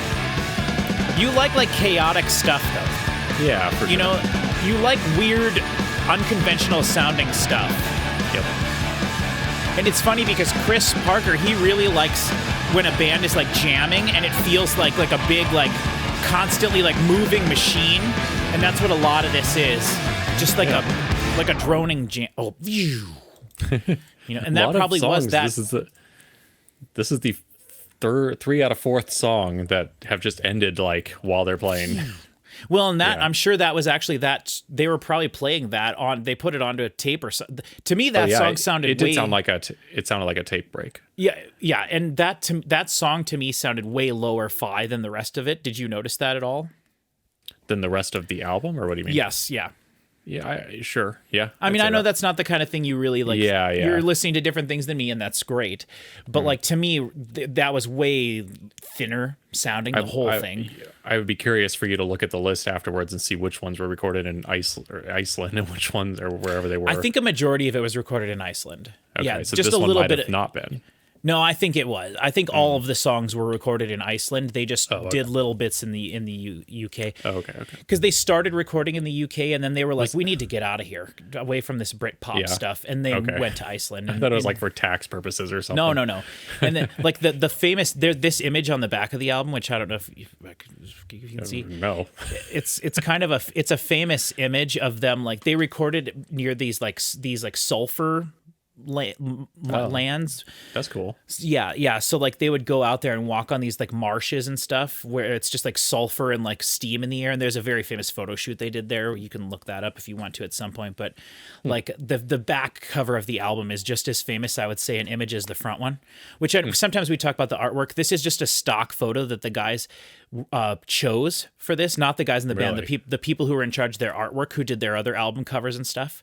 Because all of Blur's albums, they all a lot of them are stock photos. Yeah. And they go out, they look at hundreds of thousands of photos, the people who were in charge of their artwork, and they pick the right ones. That's a painting that they chose of the train. Yeah. And then Park Life is the 2 dogs with their doing the race. Yeah, kind of unusual. I guess I would say I don't necessarily care for that. I would like a little more thought put into their photos, but I get it. That's kind of it doesn't mean that thought wasn't put into it, but for sure. Know what I mean, I know what you mean. The idea of taking a specific shot for it, but I like when an album cover really represents what the album sounds like. I agree. I wouldn't say that Park Life really does that, or the other one. See, Great Escape with the boat and the jumping in the water. I guess I kind of agree, but at the same time, I don't know. I really do like the idea of picking just a random image, and then you're a big band, so the image becomes iconic, and it's iconically associated with the album. I think that's cool. That's true. Yeah. In this case, they chose this because it's interesting. There was a little part because it was about blurry. I don't know if they thought about that, but no, it represents the band, they're the tumultuous. Sorry, my thumb keeps locking up. It's Get done the gurney. It's done it several times throughout the video. You know the house we have in town, right? Yeah. We've been fixing it up over the last couple of years. So Dad decided last week that he wanted to remove all the concrete from the front of it. Oh, and so for last week I was taking a sledgehammer and we were breaking stuff up, and it got to the point where it was too hard and too thick for us to do that. So he got the town sledgehammer, or not the town jackhammer. Jackhammer, yeah. So he got the town jackhammer from guy to guy. It's just they just leave it in the thing, and then you can go get it if you want. You rent it or take it out or whatever. And so I was doing that this morning. We were jackhammering all morning, and so my thumb. Cool. I've never used a jackhammer. It was pretty sweet, but it's very heavy, and when you get through, you have to lift it back up on the. So were your hands completely numb? No, they weren't numb, and I was surprised there wasn't much shaking. But my thumb keeps locking up, and I was holding this, and my thumb locked up. Whatever, guys. I still have the residual cancer in me, so. So what were you gonna say about why they chose that? Yeah, it's supposed to represent them in a rush to get through, to move on to something different, but also the state of their career and their health at the time, because they were not doing good health. They're on life support, yeah. Yeah, yes, and it's supposed to represent the rush to the next thing, and also the I forget what it was. You can read in the Wikipedia about it if you want. So There's an with article this album Yeah. blowing up bigger than any of their previous albums, didn't that mean that they won the Britpop Wars in the end? I think, yes, that's what I've always said, that they won the war, but that big important battle. The war was over, I guess, at this point, and then they came in and dropped their biggest album. And just, yes, yeah, for sure. And I honestly, like, I don't, yeah. And the thing is, I haven't really enjoyed a Blur album since this, including this one. Yeah. You know what I mean? So, but we'll see. I don't know if people watch these videos and stuff, which they won't if it's 45 hours long, but like if they watch them and they enjoy this stuff, then we can do some of their newer ones too. You know, we can do the Japanese one that they recorded in Japan. We can do like, you know, I would like us to do 13, which is their album that came after this. I like that album more than this one, even though it's very similar sounding. And then Think Tank is completely different from anything they ever did. Okay.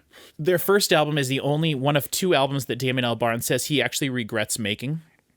He hates two albums that he's made throughout his career, and one of them is their first album, which has She's So High on it. She's so high, she's so high, I want to crawl all over her. That was their like big single from that album. 1991 is when that came out. Okay.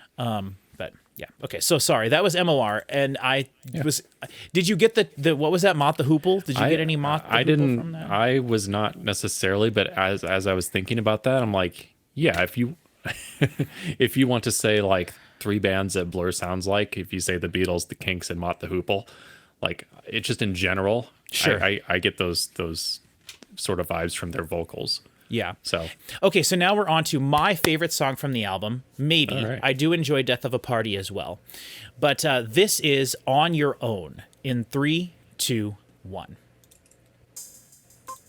Very excited for you to hear this one. I see the bucket hat in the video there. Yeah? Yep, this is the one. I guess I should look at what it is.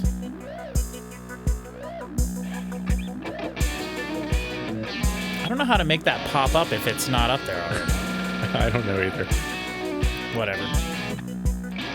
It's like the little now playing thing in the bottom right. Now playing view. So I would say this might be in my top 10 favorite Blur songs, maybe. Okay. I love the guitar part. The music video is all stuttery, like his guitar. That's a I cool can see pedal that. he's using. It's so cool. Yeah, it's awesome. You can literally spend the whole song just listening to the guitar. It's that interesting the whole time.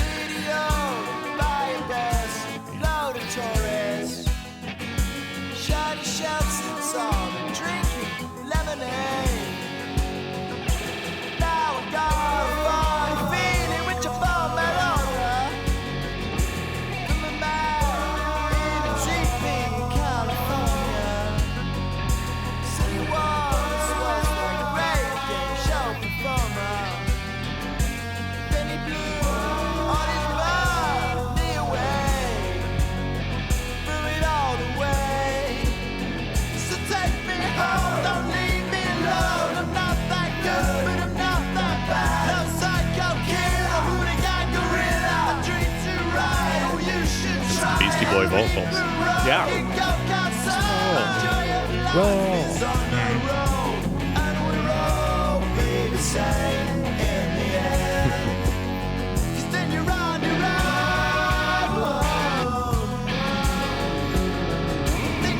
Yeah, this is great. Yeah.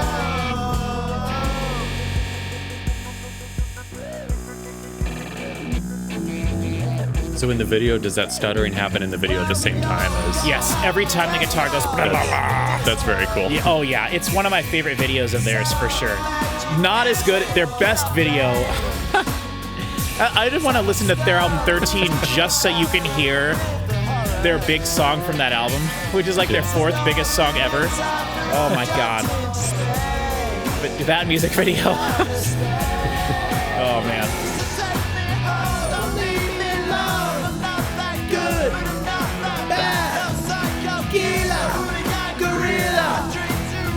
Gorillas. Yep, that's where it came from.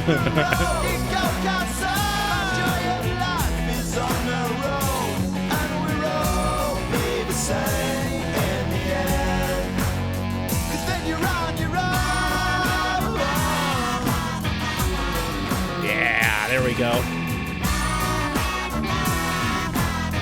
Yeah, we're back in Blur territory here.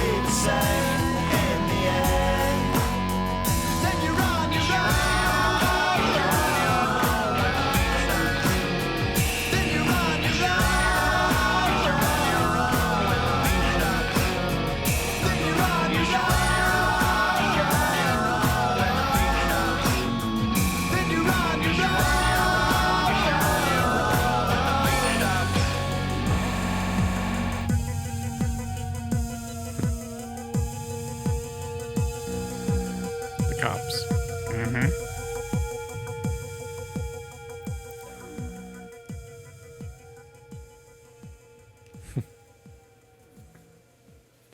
Oh no. I don't know if I would count. I do count that as a fade out, but it ain't an egregious one. And the song I had did like find kind of already ended, you know. Yeah, and it was just kind of So can The you, worst if fade you had outs to, are when it's like just another verse that just fades out. yeah, or they just do the chorus the for the chorus, final yeah. time and start repeating it again, and then just fade it out immediately. Yeah. I'm talking to you, America, but the band America, horse with no name. He's trying to walk through. But so did that? Could you hear any clear influence in that from anything specific? No. I think you kind of said it earlier. So that was completely inspired by like hip hop, 90s hip hop music, and like specifically Okay. Beastie Boys and stuff, there especially was Beastie that. Boys, The because Beastie music Boys doesn't sound anything like them, but when they were doing No. that, every single line ends with all four of them saying it, the last yes, word. that for is sure. Beastie Boys, 100%, Or like million Run percent. DMC, or yeah. Yeah, hip hop, but like specifically Beastie Boys did that all the time. So yeah, that I love that song. I love Yeah. the big chorus, and I do think that you can hear the Gorillaz kind of starting here. Which is funny because it almost sounds like more of their older stuff. Right. That's not grungy, but then it also sounds like their future stuff. Yes, which is so funny, but yes, for sure, this is like kind of the most previous Gorillaz or previous Blur song that we're gonna get Yeah. on here. Maybe we'll see if you think that, but so of the songs we've listened to so far, which one would you say is your favorite? And I mean, you can either say this song two. or song two. I mean, Okay. I've never been like a huge fan of song two, but listening to it with headphones here and like just trying to take in every piece of that song, like I can see why it's a hit, and I can see why it's kind of amazing. So I'd maybe say that, but as far as like real songs on here go, it would be this one. Okay, I'm just curious. So keep that in mind. Okay. Okay, we'll kind of move a little faster now because I don't want to be here forever. So this is Theme from Retro in 3, 2, 1. So from here on out, whenever I put this album in, I pretty rarely make it past this point. So we'll see. This is going to be...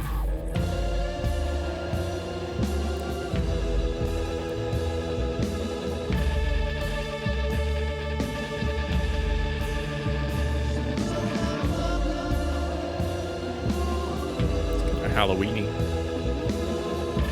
That's kind of Beatlesy and Pink Floydy. Yeah, the guitar does sound like Pink Floyd.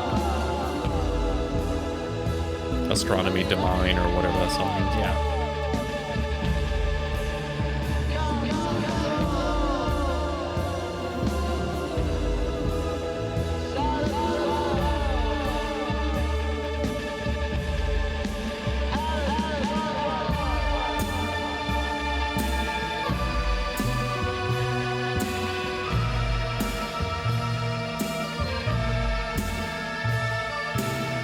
Lots of reverb on the guitars, or the drums, they sound very far away. They're panned to the right a little bit, which people just hate when I point that out in the Beatles videos. They just hate it. Would you stop talking about the panning? No, pan your song correctly. God forbid I criticize one of the Beatles, though, because I've never done anything as good as the Beatles. You're just lucky you're not listening to the original mixes of those. That's what I keep telling You'd have a lot more to say. I literally type that in the comments like all the time. So you would think that maybe they would change this song a little bit? Yeah. Maybe.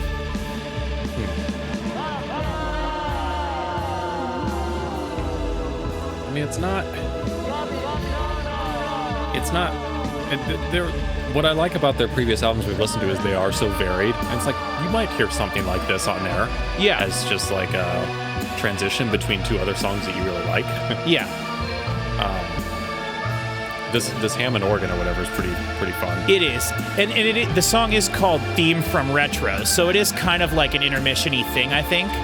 Yeah. Supposed to be, and it's clearly so far it's basically been instrumental. Yeah. The only thing is we got to see where it goes from here and think about where it came from, you know. We just listened to 2 good songs in a row, and then there were, you know, to me the weakest song we've heard so far is Country Sad Ballad Man. And that's like agree, yeah. That's like a production reason that I don't even like that song. I do think all of the songs so far, with the exception of those of On Your Own and Song 2, so I guess the other 3, they feel like they're longer than they need to be. This is twice as long as it needs to be, 1,000,000%. But like that's kind of the vibe of this, you know, like it's just drony, long, experimental like this is psychedelic, right? Like experimental weird stuff. Yeah. Yep. And you can kind of just imagine them performing this, you know, and Damon with a microphone in the separate booth or something, maybe. Sure. What is that device right there? I want to know what that sample's from. I know. Probably something interesting. Probably some horrific tragedy that was on the news. Probably. So yeah, I don't know. Not much to say about that. Right? No, I don't have a whole lot to say from that. I do agree that the organs are the cool part of that, and that felt almost throwbacky, which is like kind of almost like a retro-y thing to say when we're talking about Blur from 2, 3, 4 years before this. Sure. You know, but they did more like circus-y sounding things, or like you know, playing around with the tempo, and this is just a slow kind of plodding thing. Like it's a little less fun than they would have done in the past as an oddball transition song or whatever. Yeah. And I just kind of hate the idea that like, oh, we have to be more serious now. I know. So it's like, that's like not, that's what I disliked about Oasis compared to Blur. Yeah, for sure. You know, so it sucks that they took what, I guess, with the public's opinion, I guess they were right to change up because this was their biggest album, right? But that's the thing I keep coming back to, because imagine how many people this was their first Blur album, you know? And then maybe in the US, then they got big and then they started buying their back albums and they're like, what is this? They probably repressed all those old ones and put them in Walmart. And you know, I'm sure they're like, what is this? You know, like that's a weird thing. And so yeah, it's you can clearly from this point onward, Blur's career is different than what it was before this. Yeah. So it's really, it's just interesting. To be fair, music changed a lot from the mid 90s into the 2000s. That's very true. Very true. I don't blame them. They wouldn't have lasted. They wouldn't keep making a bunch of albums if they stayed the same. And they I do feel like even being a big fan of their Brit pop stuff, like I feel like they did that enough. Yeah. You know, and they did it so well and so consistently with such a variety of different things that they incorporated in their songs that they didn't need to make more music like that. And I'm curious when you listen to Modern Life is Rubbish, which is that album above you there, like that album is their most consistent album, I think. And it has a mixture of their earlier sort of more rocky sound mixed with the pop songs, but there is less like extra stuff on the songs, right? There's less trumpets and strings and all this stuff. So this is almost a return to what they were doing before those albums. But that album itself is a unique type of thing, even though it is the first in that trilogy of their fantastic albums, I think. So I'm excited to listen to that one eventually. All right, so now we're on to You're So Great. This one has 15 million plays, so this is the third most listened to song on the album. Okay. In 3, 2, 1.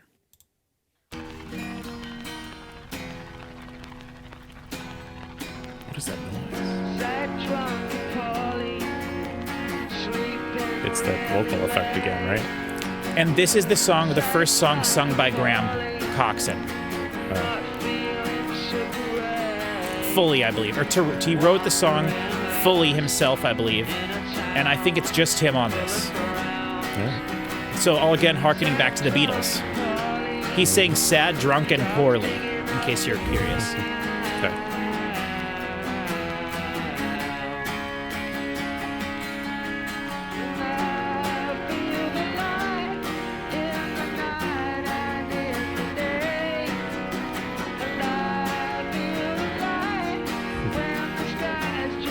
Love a good voice break. I know, right?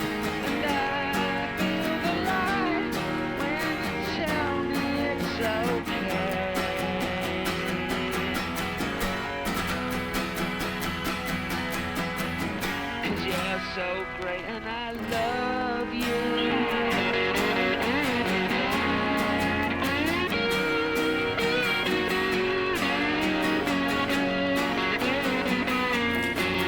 This is an interesting song to me because I really do like the song, but because they're doing what they're doing with it, it's like I find it hard for me to enjoy it. So the vocals are just like this the whole time? Yes. It's like a little mouse singing in the corner. Yes, it is. It is.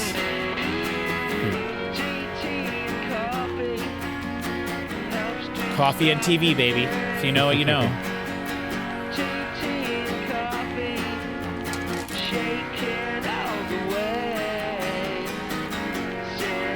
I really do like this song, though, like the writing of it and the chorus. Yeah.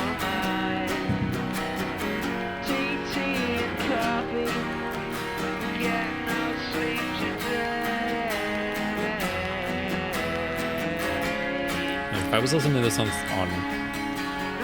my Alexa, I wouldn't be able to hear the vocals at all. Yeah, no, you probably wouldn't. And the guitars are clear and nice, and Yeah. it's just 2 takes, both strumming, you know. There's no deviation from the moment it starts to the end, pretty much.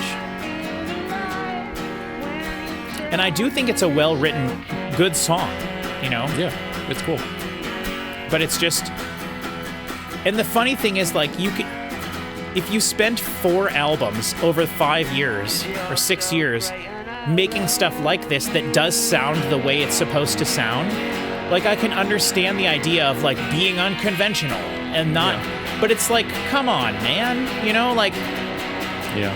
It's a Is tough he- battle to fight, I feel. Is this guy like not confident enough in his vocals that he That's wants them definitely to part be of in the this, background? for Okay. sure. Yes, that's definitely part of this. The song I was talking about from 13 is a Blur. One of their biggest songs is Graham Coxon singing on it. And it's Okay. one of my favorite, maybe second or third favorite Blur song of all time, called Coffee and TV. And the music okay. video is bonkers. Awesome. So that was like a trip hop inspired, you know, I think like they were talking about trip hop in some of the reviews and stuff, like the scratchiness of there was like a record scratch in there at the beginning and at the end. And then it was kind of there consistently, I think, but they brought it down a lot. And then just the lo-fi quality of the vocals and then just strummed acoustic guitars.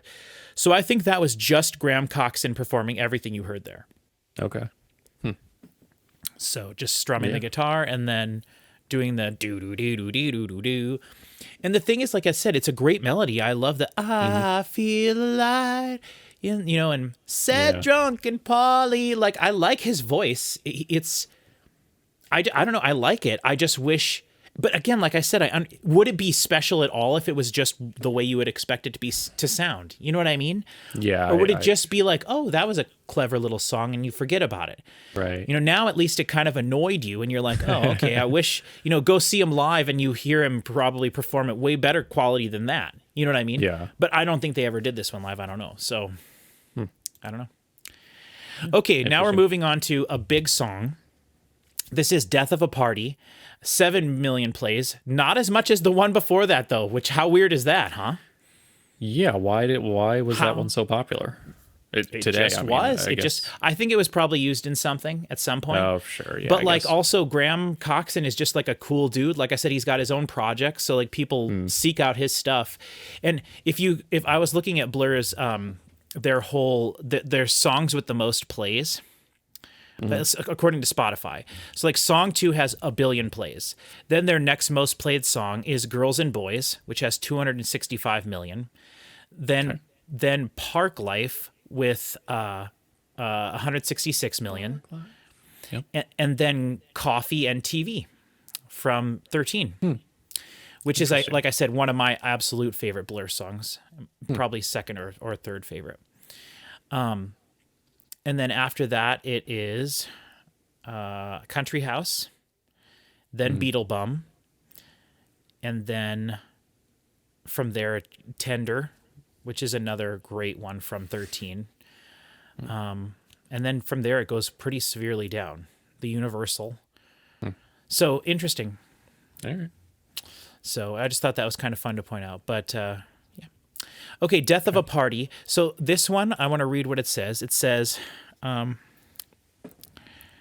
me find where it's talking about it. Okay. Lindsay Zolad's review of the album for Pitchfork claimed that Death of a Party is the album's highlight, speculating that it influenced the Gorillaz. It's a weird way of putting that, but... Yeah. Because how could you say it influenced the Gorillaz? The Gorillaz were way later, you dummies. Well, it's just to say that someone like influenced themselves is weird. So see if you know this. It says Collins claimed that it sounded like Blur's second homage to the Specials' Ghost Town. I don't know the Specials very well. Okay.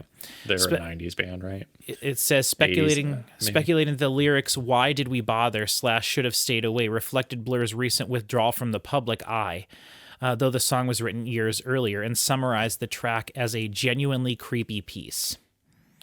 Interesting that it was written years earlier, so yeah. I guess we'll... Well, earlier than the thing she was referencing there, so... but this is maybe my favorite song on the album. I think it's my second favorite song on the album, but okay. I do enjoy this song. So we'll see what you think. This is Death of a Party in 3, 2, 1.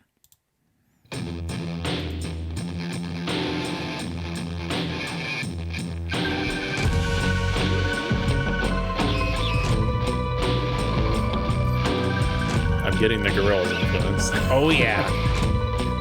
I love that guitar on the left.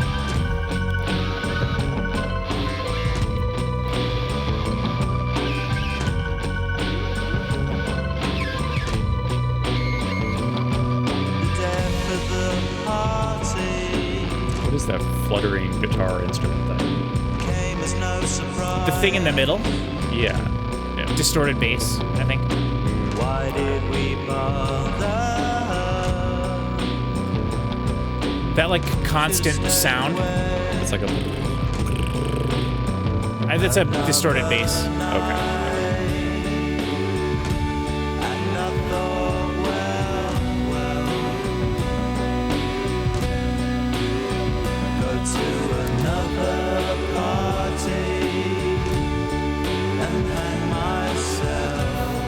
Love it. I think it's demonetized. See how they change it up there? And hang myself gently on the shelf, you know? I love the organ parts here. It's like creepy Louisiana bayou like organ part with the dum dum dum dum dum dum. Like it's a cool combination. I just wish there was like rapping over it or something instead of him just going. Well, if I got a band for you. Yeah.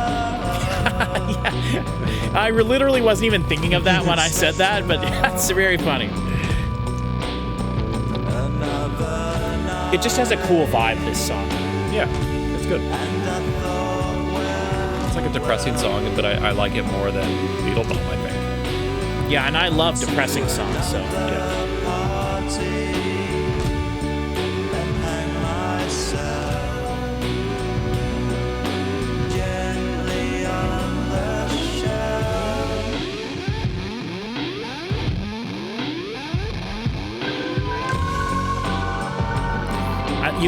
Graham Coxon was really playing around with weird effect pedals and things on this album a lot. He did it before a lot too, but that like the weird stuttery part in the other song, he uses that same pedal a couple times throughout the album in different ways, And this song has stuff on it like that kind of. Okay. And I thought,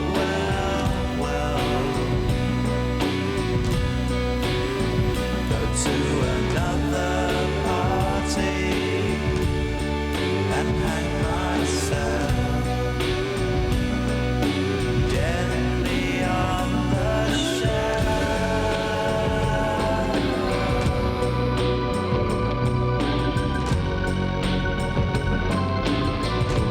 I like the drums. It's cool. It's so simple. And the actual drum beat you're hearing in the middle, I think, is just like a Casio keyboard, like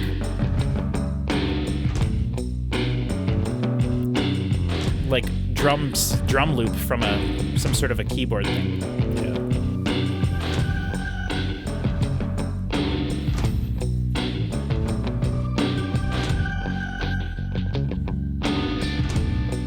Yeah.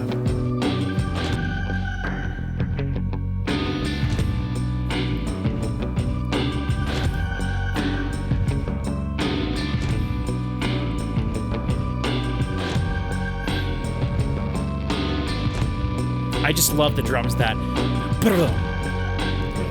like it's like a weird rolling thing. It's so cool. It's like dropping a chain or something, like Yeah. like it's a long That's hit. a good analogy.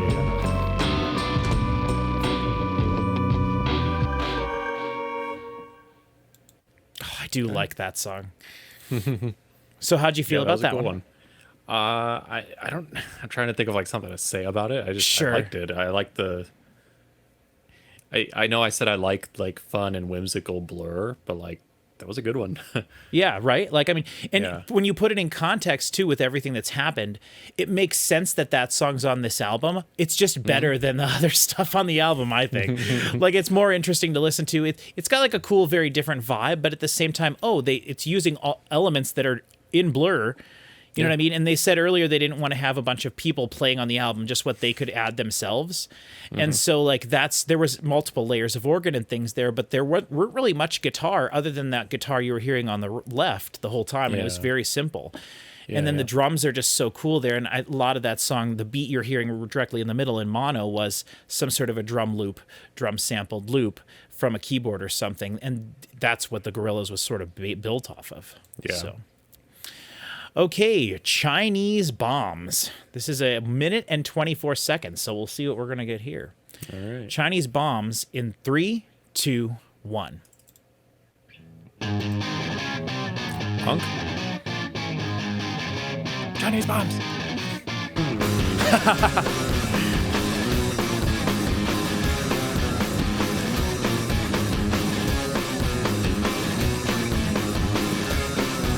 Bass on the left, guitar on the right.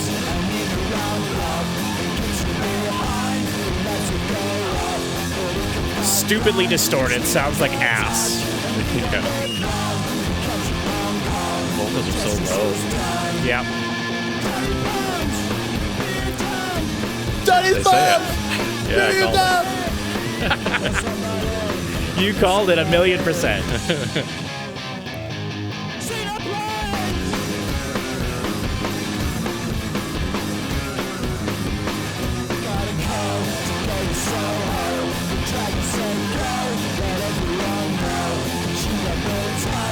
Is there a punk song on every album? Yes. All the ones that we listened to? Yeah. I'm kind of surprised they didn't drop that from this album. Yeah. But I guess they didn't know this album was going to be so big. But like,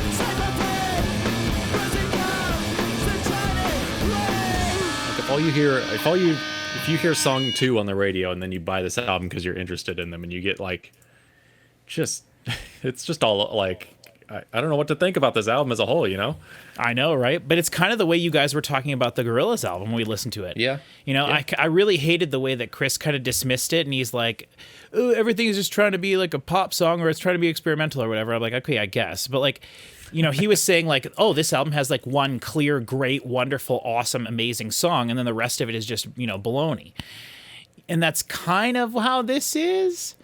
You know, it's like, I guess, but and the thing is, like, we can't complain about a Blur album having a lot of influences and variety on it, because that's what Blur has established themselves to be.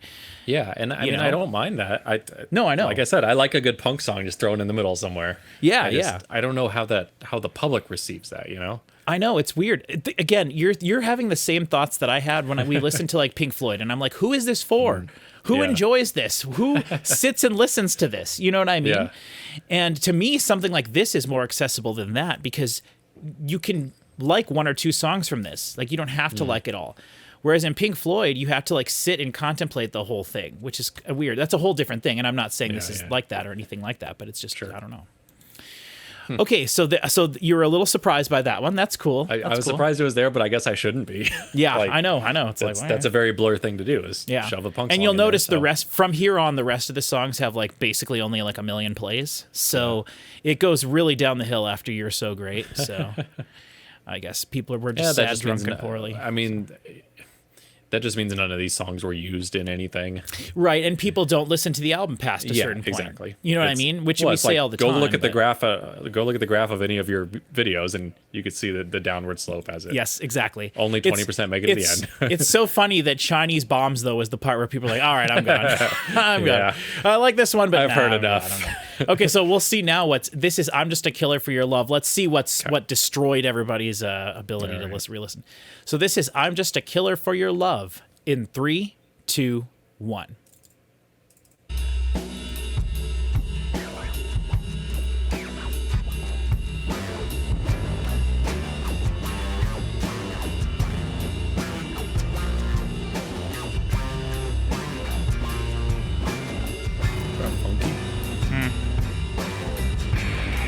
Pretty stupid if the whole song was just like this the whole time, don't you think? Yeah, they would never do that. They would never do that. Don't worry, Patrick.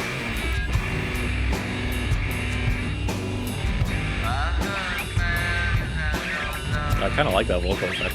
Yeah? It's like almost like a bullhorn, except it's quiet. Yeah? Can't understand what he's saying, but...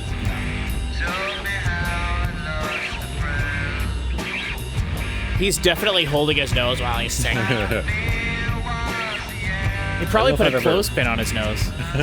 I don't think I've ever mentioned, but I don't like the sound of fingers sliding on a guitar. Oh, interesting. Okay. It's kind of like nails on a chalkboard to me. Yeah. I don't particularly like it either, but it's like I hadn't noticed it, but yeah, I agree with you. It's really something interesting when you're recording to try to get rid of that. Oh man, it's tough. I mean, I don't mind it like in the middle of a solo or something, but like when it's like part of the song over and over. Yeah, it's literally a different. You have to play your guitar differently. It's really fun. Not fun. I meant that sarcastically. It's a very unfun thing to try to teach someone to play the guitar correctly when you're recording. Yeah. But yeah, that's fun. Why is everything so far away? Yeah, why is it sounding? I don't know. Great question. I mean, obviously it's an intentional choice, but like, it's weird. And meanwhile, that sliding guitar is right in my brain. Yeah, it's like the only thing you're hearing. And that he's doing on purpose, you know? Yeah.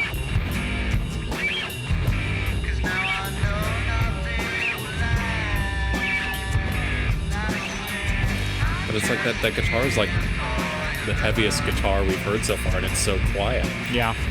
Here, I'll read you what it says about this song. About Chinese Bombs. I don't think anyone cares if we're talking over this. If they wanted us not to, they'd make it more interesting. That's right. The lady described Chinese Bombs as sounding like Lower East Side mosh pit den, and saying I'm just a killer for your love was exquisitely blurry-eyed. So I guess it's exquisite in some way. I love the money. I do love the falsetto. Again, I just don't know why this has to be playing in the room next to the one we're listening in. Yeah, you know what I mean? Yeah, like Rob Zombie does this same thing. It's like a lo-fi thing, but it's like if the whole thing is lo-fi, then there's no hi-fi to compare it to. You just made something that sounds like Yeah. You know what I mean? It sounds like garbage. It's like, I don't know. With You're So Great, like, I hesitate to just say, like, oh, they should have just done it this way. But this one, I think they should have just done it in a more traditional mixing. Or whatever, however you call it. Because I think it's a pretty cool, like, there's some cool guitars going on in this. Yeah. And the beats go Yeah. Now, And what's I it kinda, doing? And I kind of like the vocals, Hold on, too. wait. Oh, is this the fake fade out? Is it going to fade back up? What do you think you are, Helter Skelter? Reprise. Yeah, there you go. Just a long fade out. That's a terrible fade out. You shouldn't have the last third of your song be a fade out. Yeah. And you can still hear it, too. I'm just pausing it. I don't need to hear it anymore. So whatever. Yeah, Let's move on. That's Now, I will say, Look Inside America, I've seen a lot of people talking about the lyrics specifically of this one. okay. I'll So read them. it says that in Look Inside America, Albarn recalls the band waking up from previous night's show, swigging Pepsi to find the energy to do a local TV show. Hunter called the song a classic 90s road ballad. The song contains the refrain, "Look inside America, she's all right, which was said by Erlewine, the Erlewine record or magazine, to cleverly subvert the traditional Blur song, complete with strings. So I guess we're going to get some good stuff here. Well, we'll see. But we'll see. It didn't say it was good. It did not say that. No, it didn't. All right. All right, Look Inside America. In 3, 2, 1. Good morning. I'm nervous about them criticizing my country. I mean, you can only have... Drink Oh, they said Pepsi. So I got my bottle. I threw it away earlier. I wonder why all this talk of Pepsi. I didn't realize they reference it in the song. Wish I'd remembered that. Where it came from, well, I don't know. But we played last night. It was a good show. Got the players at the Rachel show. It's nationwide too. So this is... The melody that he's singing is very similar to other songs that they've done. Okay. Yeah. So it is throwing back intentionally to their other stuff. I was going to say, it sounds like some previous Blur songs we've heard that weren't my favorites. Yeah. Gotta get time show. Look inside America. She's alright. She's alright. Distance, but I'm not trying to make her mine. Looking for America when it's cookie nights and suicide. It's kind of like they're mocking themselves, which is funny because we were literally talking about the Beatles doing that on the White Album a bunch. Like, Yeah. how can we write a song that's like annoying, or how can we write the most annoying thing possible? Or like, what that was with the Beatles, right? With the White Album, where I was like, they're trying to make the least interest, or like they're trying as hard as they can to make something sound bad, but it still was an amazing song. Yeah. So I They can't remember how make I something worded that it. sounds bad. Yeah, you're right. Yeah, something like that though.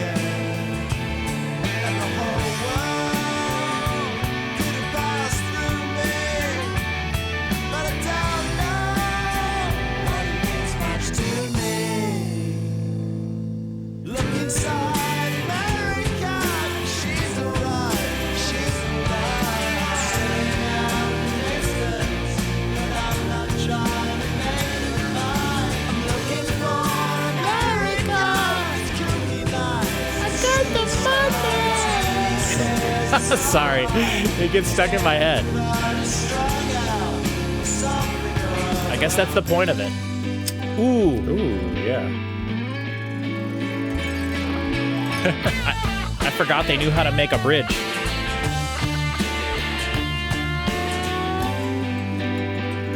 This is like something from Fantasia or something. Yeah. It's cool though, I like it. Yeah.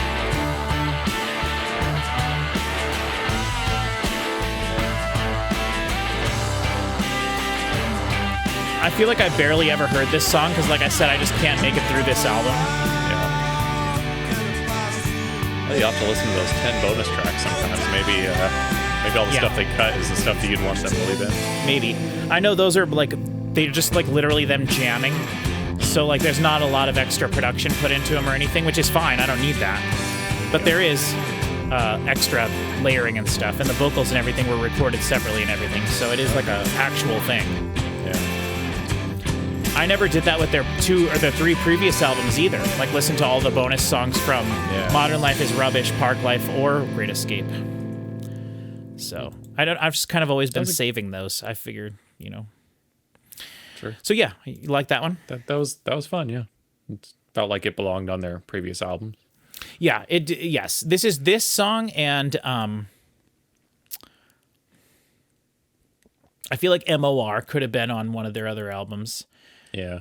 And Country Sad Ballad Man could have been, but it would have had to have been, the vocal wouldn't have been like it was. Yeah. So, or it would have been like a minute long. okay. Strange News from Another Star. Let me see what this one says. I'm excited for this. I like the title. Yeah, it says Strange News from Another Star. As They've had some spacey songs we've heard, right? Yes, they have. Yugo and Hero from their last album, the final song is kind of spacey and cool. And then they also did there's literally is one that's about like stars and stuff. Satellites or something. I forget what it was, but yeah. Yep. Now it says Strange News from Another Star was described as Blur's space oddity, stating that the acoustic guitar, quiet intro, nutty mood change into a darker passage and a melancholy rapport whose central thrust expresses further doubt from the troubled El Barn. Why do they gotta write it like that? I don't know. Oh no. Oh no, okay, that's the start of the next sentence. Okay, all right, well, we'll get to that. Oh, good Lord, we'll get to that. Oh, you thought Revolution number 9 was bad. Oh, boy. All right, Strange News from Another Star in 3, 2, 1.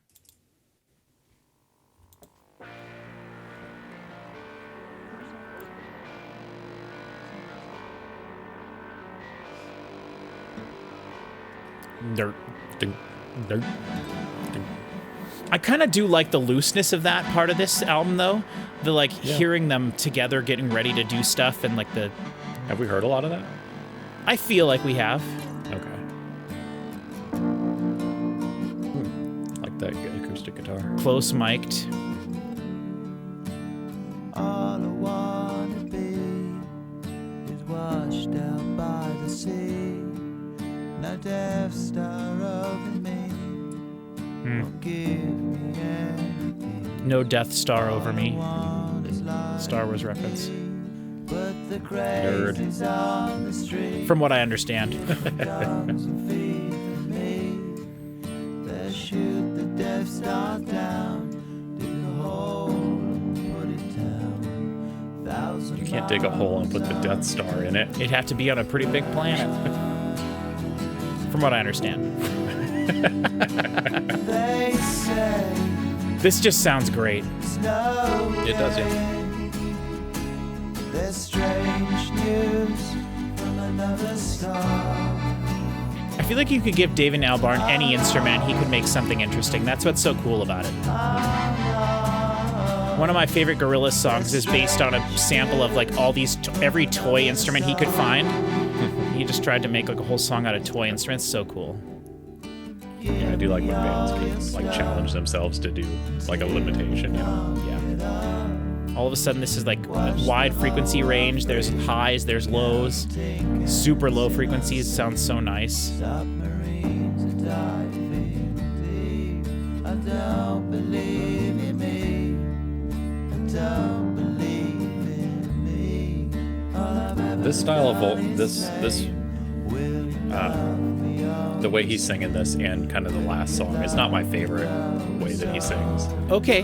I like it when he's more energetic, I think. Okay. See, These are very like sleepy songs, and Yeah. he always does a few of those, and it's like Yeah. I personally like it a lot. yeah, but I mean it definitely fits this music. Yeah. I wouldn't change it, but you know. It makes me think of the Gorillaz a little bit more. He uses that voice a lot with the Gorillaz. It's very chill. Yeah. There's strange news from another star.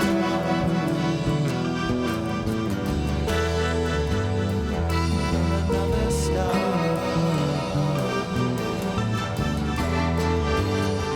Another star.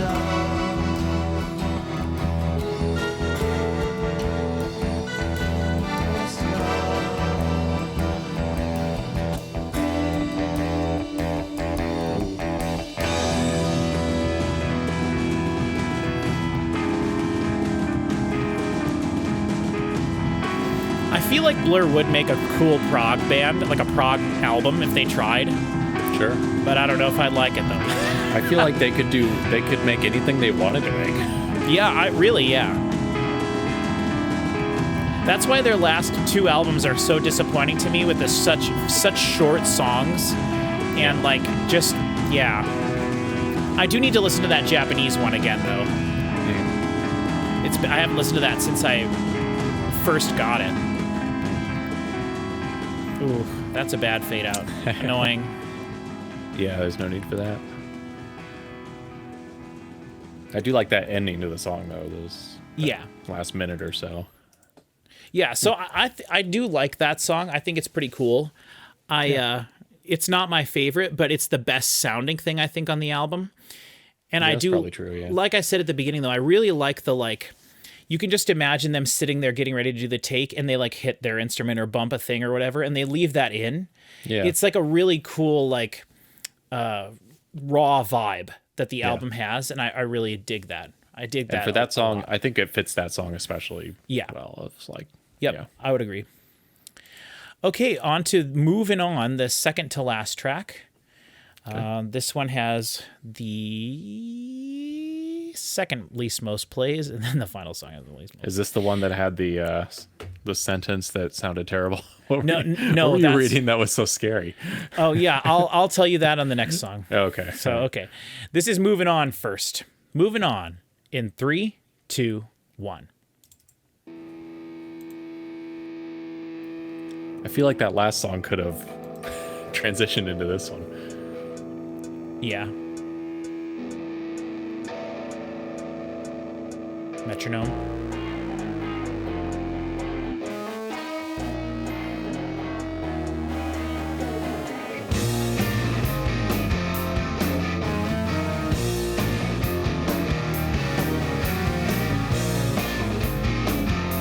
Reminds me of the beat from song 2. Yeah, kind of.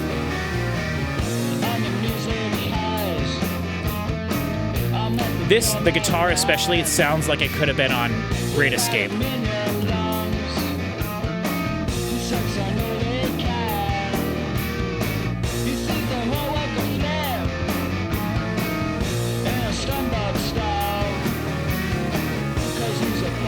Yeah, hearing this and then thinking about their next album, which is called 13, definitely reaffirms my 13 is better than this album.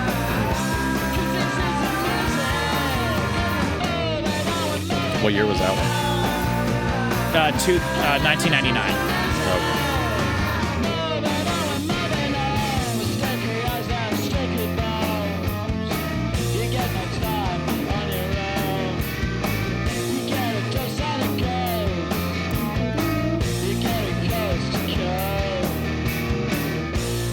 Surely his voice isn't going to be like this the whole time, right? At this point, a Coke can. Now wait a second. Thought they were a Pepsi group. It's, I think they're using Pepsi as like a Americanism. Thing. Yeah. And so Coke is universal. Pepsi's just yeah.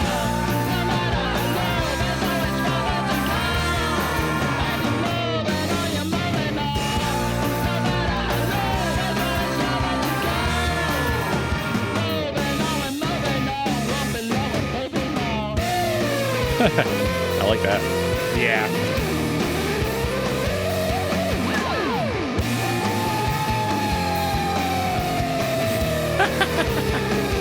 I was just thinking of your white Cody comment. That's so funny.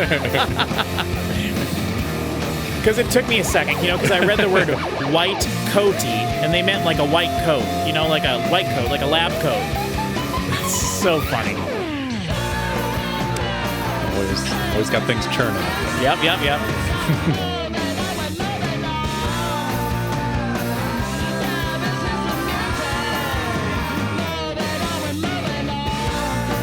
This sounds like, is it Queen Bitch or something by David Bowie? Sounds like the vocals sound like that. Sure.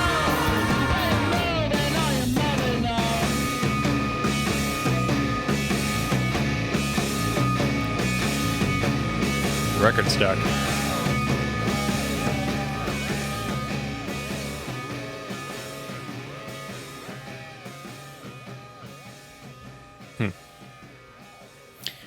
It's an interesting fade out because it's like a locked groove at the end of a record. I'm sure that's what they were going for. Yeah. Okay, so now I'll read you the oh no. Originally performed as a poem at the Royal Albert Hall in July 1996, the studio version of Essex Dogs was described by Erlewine as a 6-minute slab of free verse and rattling guitar noise. Except this one's 8 minutes. Collins revealed that here it's set to a starter motor riff so berserk even its author Coxon confesses to find it hard to listen to. It's also described it as a fitting ending, all 8 exploratory minutes of it, to a challenging barbed masterwork. Like the album is a challenging barbed masterwork? Yes. Okay. Huh. Well, at least there will be some. At least with Beatles Revolution 9, there was no lyrics to follow. At least if this is a poem, I can follow along and maybe get something out of it. I think I hope. Yeah, I think this is going to be way better than Revolution number 9. I'm just saying we'll see what happens. And again, on my CD. The CD copy I have, this is 11:41, and there's not a break. It's not like something fades out, there's another song, then it does something. It's all one thing. So they cut that out of this. So I wonder why. This is just how it was on the original British release. I don't know. So our American sensibility, we can't handle an 11-minute track. No, that we are the ones that could. Oh yeah, you're right. Yours has it. Yeah, it's the dumb British people that couldn't do the 4. Wait, so I assume they make their album for England to begin with, and then the studio puts it out in other countries and stuff. Yeah. So they're we need 3 more minutes in this track. Yeah. Well, if I look at the wiki here, it says it says Essex Dogs includes the track Interlude, which appears as a track 15 on some releases. Okay. The length of track 14 on the American version of the album is 11:24, so not 41, 11:24, with Dance Hall as a hidden track in between Essex Dogs and Interlude. Okay. The Japanese version of the album has Dance Hall as a separate listed track 15, which then includes Interlude. So are we going to get 2 songs out of it? We're getting 2 Interlude? songs. Okay. We're getting the 6-ish minute long Essex Dogs, and then the secret song Interlude at the very end. How do you have Interlude as the final song? Is it that hilarious? I don't know. That's so cheeky. All right, let's go.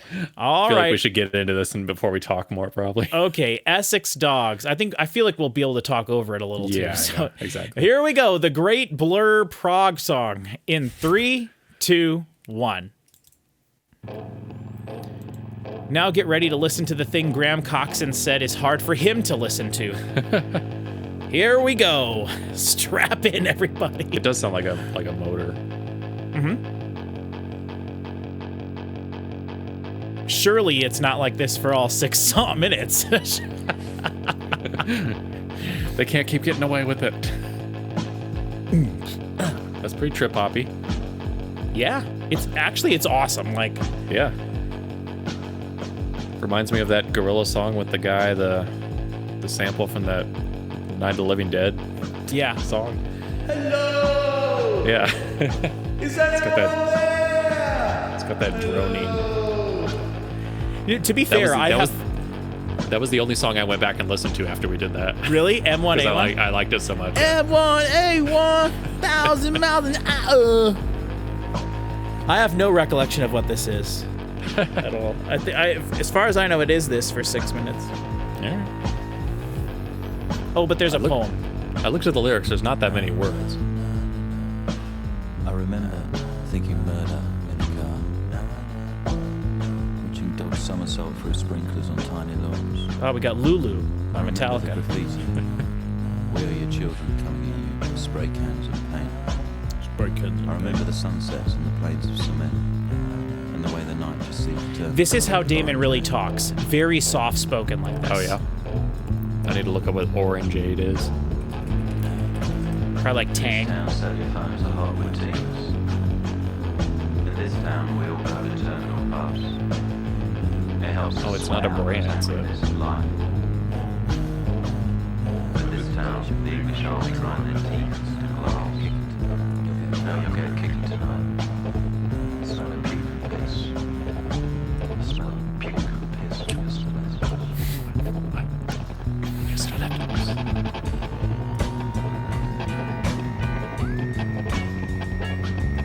I like the groove. You know, I do. Sure, yeah. I don't mind it so far. Yeah. He's just literally making scratching noises on his guitar on the left. Like this, that's literally all he's doing. Here comes that panic attack. My heart stops. Is it the vacuum cleaner? That sound like drills. I think we'll get a vacuum cleaner. Yeah, didn't you mention a vacuum cleaner before we started Yeah, this whole thing? instead of trumpets, there's vacuum cleaners. I'll take you round the park. But also they mentioned turkeys or something, and I never heard of turkey. You'll catch the blue, or you'll catch the sea. Either way, you'll catch the flu, or you'll catch the city. Supposedly that's the end of the lyrics. Okay.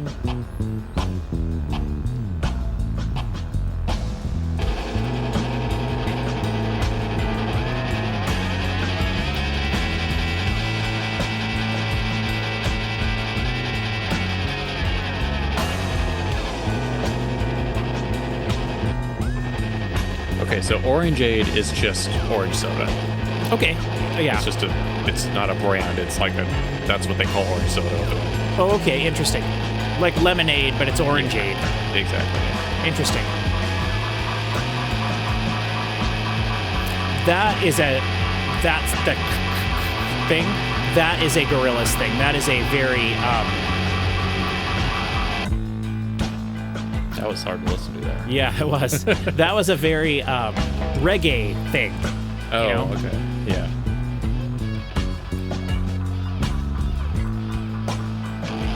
That tick-tock thing or whatever. Yeah.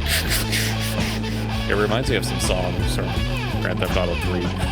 Yeah. Like that reggaeton station Yeah. or whatever. Yes. I mean, that's a very it's called reggae flutter, I think, or something like Okay. that, like or island something. Yeah. I've never been able to get into reggae. Me either. It's like polka music. Like every song is the exact same. You know.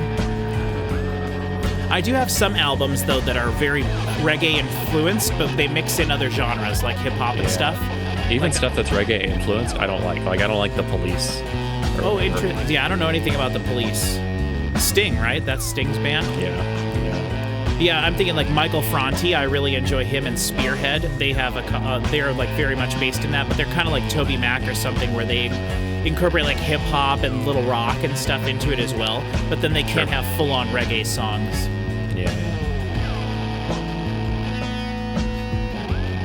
So I think somehow in the next minute and a half is when they transition into the song Interlude. And I think we'll be able to tell, but I don't even know.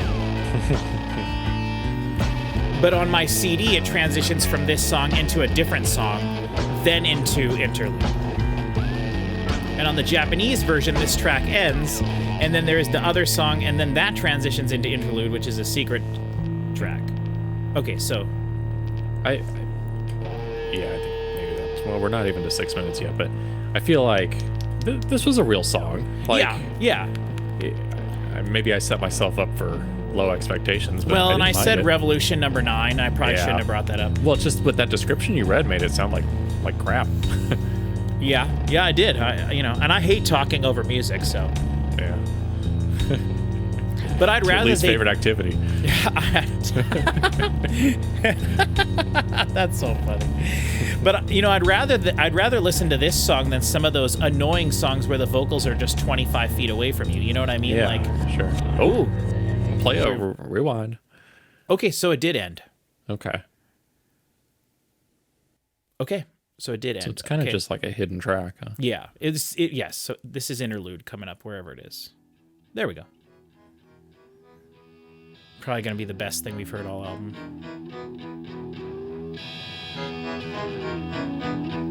Reverse piano notes. Is that what that is? Yeah, on the right. It's some sort of organ reversed or something. I think it's just a piano sound, Really? like a Okay. cheap piano sound. Huh. Oh, I am hearing the... I couldn't hear where the note started. Yeah, they might be putting a little bit of it in there Yeah. now. This is more annoying than the I first agree. 6 minutes. Surely this can't go for the next minute and 10 seconds. Damn it, Albarn! I think we gotta blame Graham Coxon for this one. Although that's not to say that Damon Albarn doesn't have annoying ass music. He definitely does. Yeah. Try listening to his album Nearer the Fountain, Closer to the Stream, or whatever that album's called. I think you've mentioned how much you hate that. Yeah, and I say it different every time because I don't know. It's Closer to the Stream than Nearer the Fountain, or whatever. It doesn't deserve your respect. It doesn't. It doesn't. It's the worst reaction I think I've ever done to a video. Worst reaction video I've ever done. And it's going to fade out for 30 seconds. Oh, man. Overall, I'm not getting as much like grunge American music influence on this as I was expecting. Yeah, honestly, me too. The thing is, I knew that it wasn't going to be like that. I knew it was going to be Yeah. this like experimental, like droney, repeating lo-fi crap. Yeah. And so, but even still, I'm a little disappointed hearing it again for the first time, listening to it in full. So Yeah. Yeah, the ways they get experimental just are not as interesting to me as the ways they got experimental on the previous albums. yeah, I agree.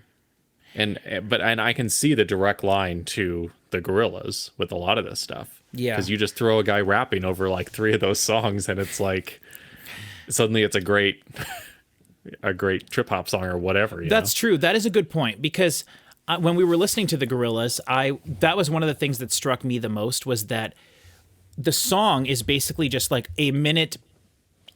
He wrote a minute of a song and then basically looped that minute twice. Yeah. And then the music doesn't really change that much. And that is kind of similar to this, except it's just constantly noodly, right? Like, Yeah.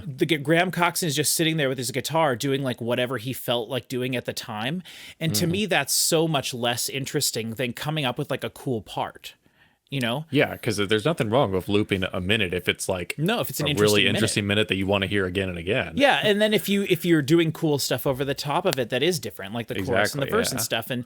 But this just, I don't know. I mean, do you kind of the vibe that I was sort of giving you this whole time, like are you there Like with this me? is is kind of the death of like what I like about Blur, Yeah, exactly. and it's a shame, but I guess I'm just not getting that like, oh, they tried to be more American, or I was expecting them to try and be more mainstream. They're like, we're gonna make an album that people actually want to listen to, and that is not the case at all. No, I think that the only American influence was the way people were playing guitars. And I think Sure. Graham, if you listen to the way he plays his guitars on all the stuff we've heard already, the thing I constantly kept pointing out was like, this is so technical. Like, it's so difficult and technical, and he's playing such hard parts in the background of these pop songs, and the bass Yeah. thing, the same thing with the bass. And so I love that part of Blur. It's like a secret thing you can find in each song. It's like, what is the guitar doing? It's like a hidden treasure that's buried in the song that you can pull out. Yeah. Whereas like this is just like free jazz slowed way down and just improvised guitar parts. And it's just one generally, or maybe two. And then it's like they're intentionally trying to make things that aren't a joy to listen to. Yeah, know? and I'm trying not to let that last song color my impression of the whole album. Yeah. Because that's not really fair. But just looking through the track list, like there was plenty that I liked. Yeah. But there was like 3 or 4 songs where they did like a vocal effect that just lasted the whole song that was like lo-fi or Yeah, and every Sound Like time the I'm Other like, Room or surely they whatever. can't do this. And every Yeah. time you're like, don't call me Shirley. And then you're like, this, but like realistically, if we go through the album, right? Beetlebum, good song, real song. I'm going to say that. People always Yeah. hate it when I do that in videos. They're like, oh, this isn't a real song. You know what I'm talking about. Beetlebum, good song, real song. Song 2. I could see why they made it. In retrospect, Beetlebum is one of the better ones on this whole album. for sure. Then song 2, weird song, not really, Yeah. but also super catchy. awesome. Great song. Yeah. Country Sad Ballad Man, the first one we have with the weird thing on there, but it was like a nice, well-recorded acoustic thing, but the song was ruined by the thing, so I don't count that. M.O.R, real song. I've forgotten what that sounds like. M.O.R was the do-do-do-do-do-do. Okay, that was the Or no. one with that video. No, It was no. super fast. Yes, yeah, yes. Yeah. Yep. Okay. That one is, I'm a boy and you're a girl, Yeah. and we want to save the world. And then On Your Own it had the Beastie On Your Own Boys vocals. is the don't leave me alone, take Yeah, me okay. alone, to fight I'm kind of confusing gorilla. those two songs. Right. So those are both great songs. Yeah. Theme from Retro, we liked. It was instrumental, lasted way too long. Yeah, it should have been 2 minutes. Like song 2 should have been 3.5 minutes, and that should have been 2 minutes. Yes. And then You're So Great was the one Graham Coxon sang. Sad, drunk, and Yeah. poorly. And That we liked it. I feel a light in the light of the day, light. I don't mind his vocals. No, and he's been doing background vocals the whole time, and he does have Okay. parts where you just hear him doing more backgroundy stuff. But that was his first like full on. I'm singing this song, and then when we get to Coffee and TV, which I've already decided that's what we're doing next, is 13. The Coffee and TV is phenomenal song, like front to back, one of the most perfect Blur songs ever. I love it to death, and it's him Nice. singing the whole time. Cool. So then we have You're So Great, which is, again, that's bad vocal stuff, so I'm not even counting that one, even though it's a great song. I think they ruined it. Death of a Party, awesome. Chinese Bombs, that's the like punk one, right? Chinese Bombs, like you said. Chinese Bombs. I enjoyed that. I thought that was good. We'll count that one. I always like their punk song that they throw in. I'm Just a Killer for Your Love. I don't remember that one. I don't remember it either. I don't remember that. So we'll just say that was a stupid one with the vocal thing. That's the one with the bullhorn vocals.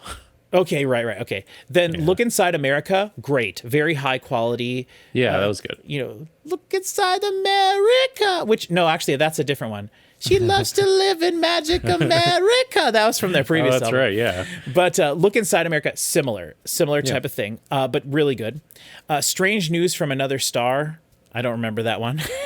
Even though it was a couple, it was I'm interesting. just trying to remember like what the vocals sounded like on each of these because they were all. I know. They all had like I mean, we can play them a again. problem with it. Yeah, I no, like Strange News from Another Yeah, Star. Strange Things from Another Star was good. Then Moving On was good. So, oh no, it wasn't. That's the one that's got the oily water sounding vocals, which that's a song that they did early on in their career that I always think of all their songs like that was the oily water vocals is what I call it. Okay. And then Essex Dog. So like really a majority of the album is okay. It's just that Yeah. the songs that are okay are still, some of them are longer than they need to be. And then the songs that are not good or that are bad are way longer than they need to be. And they overstay their welcome a lot. And then they're just boring the whole time. And I just don't think it's a very good album. And so now we have to talk about the elephant in the room, right? Like we do all the time. Why is what's this that? their biggest album? Why is this their biggest album? Is it of just song like two, Chris right? said? It's just like Chris said with the Gorillaz. There's one great song, and that people bought it for that, and that's it. It wouldn't have mattered if this was filled with great songs or all terrible songs. That people would have bought it because of song 2. Right, and because that's how people bought music at the time. And Yeah. and there's no denying. Like, does song 2 have more plays? Can you look real quick how much Clint Eastwood and then Feel Good Inc. has from the Gorillaz? Because I would be really curious to see what Damon Albarn's most listened to song is. It's got to be more than both of those. I mean, 1 billion plays? Yeah, Feel Good has 2.1 billion. Oh, 2.1 billion. Yeah, Clint So Eastwood Feel has Good is over. 1.1 billion. So Clint Eastwood had okay. So, Really? Okay. More than the Beatles' biggest song. Yeah, which means they're definitely better than the Beatles. Which that's exactly what we're. It's because all the saying true fans are listening on vinyl. That okay, you got it. That's true. Yeah, they don't want to hear this modern baloney. No, we don't They want want the to new listen to mixes. it with all the record Well, scratches. although to they've be had. fair, if every Beatles song has like a new mix and an old mix, they probably added together. It's probably who knows. That's definitely true. Definitely true. It's just funny, and we're listening to the Beatles as well, so that's why we're talking about that. Yeah, I wonder. I feel like Song 2 is more pervasive in pop culture than Feel Good Inc. was, but I don't know. Yes, but I just think that song those the Gorillaz songs became popular when the internet was a thing. Yeah, So- and if you're making a Spotify playlist, Feel Good Inc. is more likely to be Right. put into someone's playlist Because you have to than think Song 2. A billion people have listened to Song 2 since it was put on Spotify. Yeah. You know, which I'm not sure when that would have been, but like Feel Good Inc. was one of the first songs to go platinum digitally. Like I remember but the that at the Spotify time. numbers are only going to be in the last 10 years or whatever. I know, that's what I'm saying. So Yeah. oh, I see what But you Feel mean. Good Inc. was way before Spotify. Right, I see what you're saying. You're right. Like, But yeah, you're right though. It may have still. It's a more recent song. Like yeah. I mean, period, I so. think it's a way better song. I mean, I think a lot of. I don't think song both 2 great is songs, actually Zach. that amazing. I mean, I don't know if it's amazing, but it is. They hit the perfect formula, you know. like I would really love. I don't know if we'll have to see how diligent you are and how much you like doing homework. But like this year, one of the things I want to do is do discography rankings, and I thought Blur would be a good one to do. I would love it if you would do that with me, but you'd have to familiarize yourself with the God, music yeah, it's more, like you know, which I'd is have really to almost hard. listen to every one of them again, you know, multiple It's- times. It's easy Yeah. to do that with bands that I'm really familiar with. I know, and that's the thing. That's my problem with Metallica. It's I so know. hard for me to even judge an album at the end of these videos and be like, that was a good album or that was a bad album, because I need to see how I feel about it after I've heard it like 5 times over the next 2 years. 1,000%. I agree 1,000,000%. I do. So. Now I do. I also feel confident with my opinions of stuff at the end of when we do stuff, and a lot of the very rarely does that change. But that's know? because you think But- about music, and you have for the last 15 years, is like every time you listen to an album that you've never heard, you think about like, is this on my top 10? Yes, is you're this, right. Is this a good album? Is this a bad album? Did I like this album? right, It's like, yep. I don't think that at all. And the parts of it that I'm looking at first, those never change, right? Yeah. So like the music that I enjoy, it never changes. And my opinion of that will never change. The thing when we listen to something like if I listen to this, was forced to listen to this album a whole bunch, I'm sure there's maybe things that I could find to enjoy about it. It's just that all the stuff I like about Blur is kind of gone from this. Yeah. And then I don't even like Beetlebum as a song at all, really. and so Really? I thought it was all right. I don't it's know. okay. I like part of what they're doing, but it's just not. It's so close to that style of '90s music that I don't like, but it has a little bit of that Blur mixed into it. M.O.R. You know, I don't know. On Your Own is like the most different sounding thing on here, and then Death of a Party. So like to me, On Your Own and Death of a Party are the two standout tracks from this album to me. You know, and it's also funny too because I will say as well, I should bring this down next time. I'll bring this and we'll talk about it. But the first Blur CD I ever got was their greatest hits, and so their greatest hits, some like M.O.R. is not on their greatest hits, Okay. but Beetlebum Song 2 and On Your Own, I believe, are. Okay. You're So Great definitely is not, but like that's. So you know, and it's funny too because my disc actually there was a scratch on the disc that I bought that was right when Charmless Man was on, which is one of my favorite Blur songs, but I could never listen to it on that disc, which is really funny. But then the version I also have it's a double disc set, so it's a 2-disc set, and they released 2 songs. Their greatest hits came out. They were obligated to release another record after 13 from their record label, and then they just broke up and they were like, we're not doing any more of this. So after 13 came out in 1999 in like 2000 or 2001, maybe to bank off the popularity of the Gorillaz, their record label EMI released their greatest hits, and they recorded they recorded 2 songs for that. They must have been under obligation or something. Probably. And so those songs are both really interesting, and we should listen to that sometime. Yeah. But then if we listen to their album after that they recorded without Graham Coxon at all, there's one song that he features in, which is the best song on the album, called Battery in Your Leg. That song is amazing. And then that whole album I love, but it sounds so sonically different from this that it is like night and day. But it's also really different from the Gorillaz. So it's like a very its own thing, and I really like it a lot. Yeah. But you can see that it's still Blur, just without Graham there. So the guitars are kind of, it's really weird. I want us to listen to that one too, which we'll just do their whole damn album discography. But I mean, when would we do this one? see, that was Next. the thing. I was going to have us do that one next, but I think it would benefit us more to do 13 next, Okay. and then go back and do that one, and then jump all the way ahead and do Think Tank, which is their one from 2003 that came out between Gorillaz albums that Graham Coxon's not on. Okay. So my plan would be, and people can let us know in the comments if anyone's still watching this 3 hours later. I want to do 13 next, and that's the continuation of this, but I think that album's better than this. Okay. So it's this but better, I think. And there's like 3 or 4 phenomenal like top 10 Blur songs. Did the on that label album. try and make them do another song too? I think kind they of kind of did hit? that themselves. Okay. All right. So you'll have to see. But the funny thing about that is the song on there that's kind of like that has this one component to it that is really cool and makes it cool, and that song never became a single. The two singles off of that album are really different and very unconventional singles for Blur. So I'm very excited for us to get to that.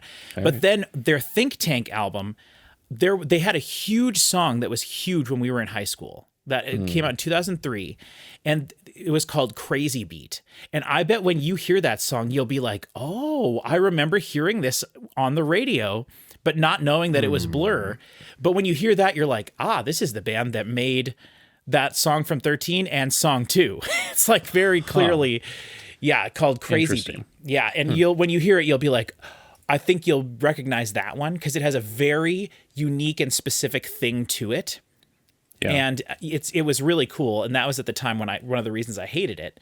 It's not in their top 10 on Spotify. It's not in their top 10. No, but it was a pretty big song for them at the time, and I don't think it's translated to the digital age. Yeah, like nobody listens. Some to songs that just album. don't last. Yeah. It was just a flash in the pan thing at the time, and it was everywhere. Okay. The music video for it's really cool too, and that was when they were trying without Graham to make an album, and it was weird. And then their Japanese album came like 10 years after that one, 2013 or 2014. So that was their comeback. Yeah, and that was the one where they made the documentary about them coming back together, because they came back together, I think, to play for the 2012 Olympics when they were in London. I remember that. And they played I think on the same rooftop that the Beatles played on. I remember it being like a huge deal that they played on a rooftop, and I had never heard that the Beatles did that, so I didn't know it was associated with the Beatles at all. But they played on the roof of some building, and then they also played, I think, live at the Olympics, or they played on the top of that building. People let me know in the comments. It might not have anything to do with the Beatles, but they played on a rooftop of some very famous place. And you can just look it up. And that was broadcast during the Olympic opening ceremonies.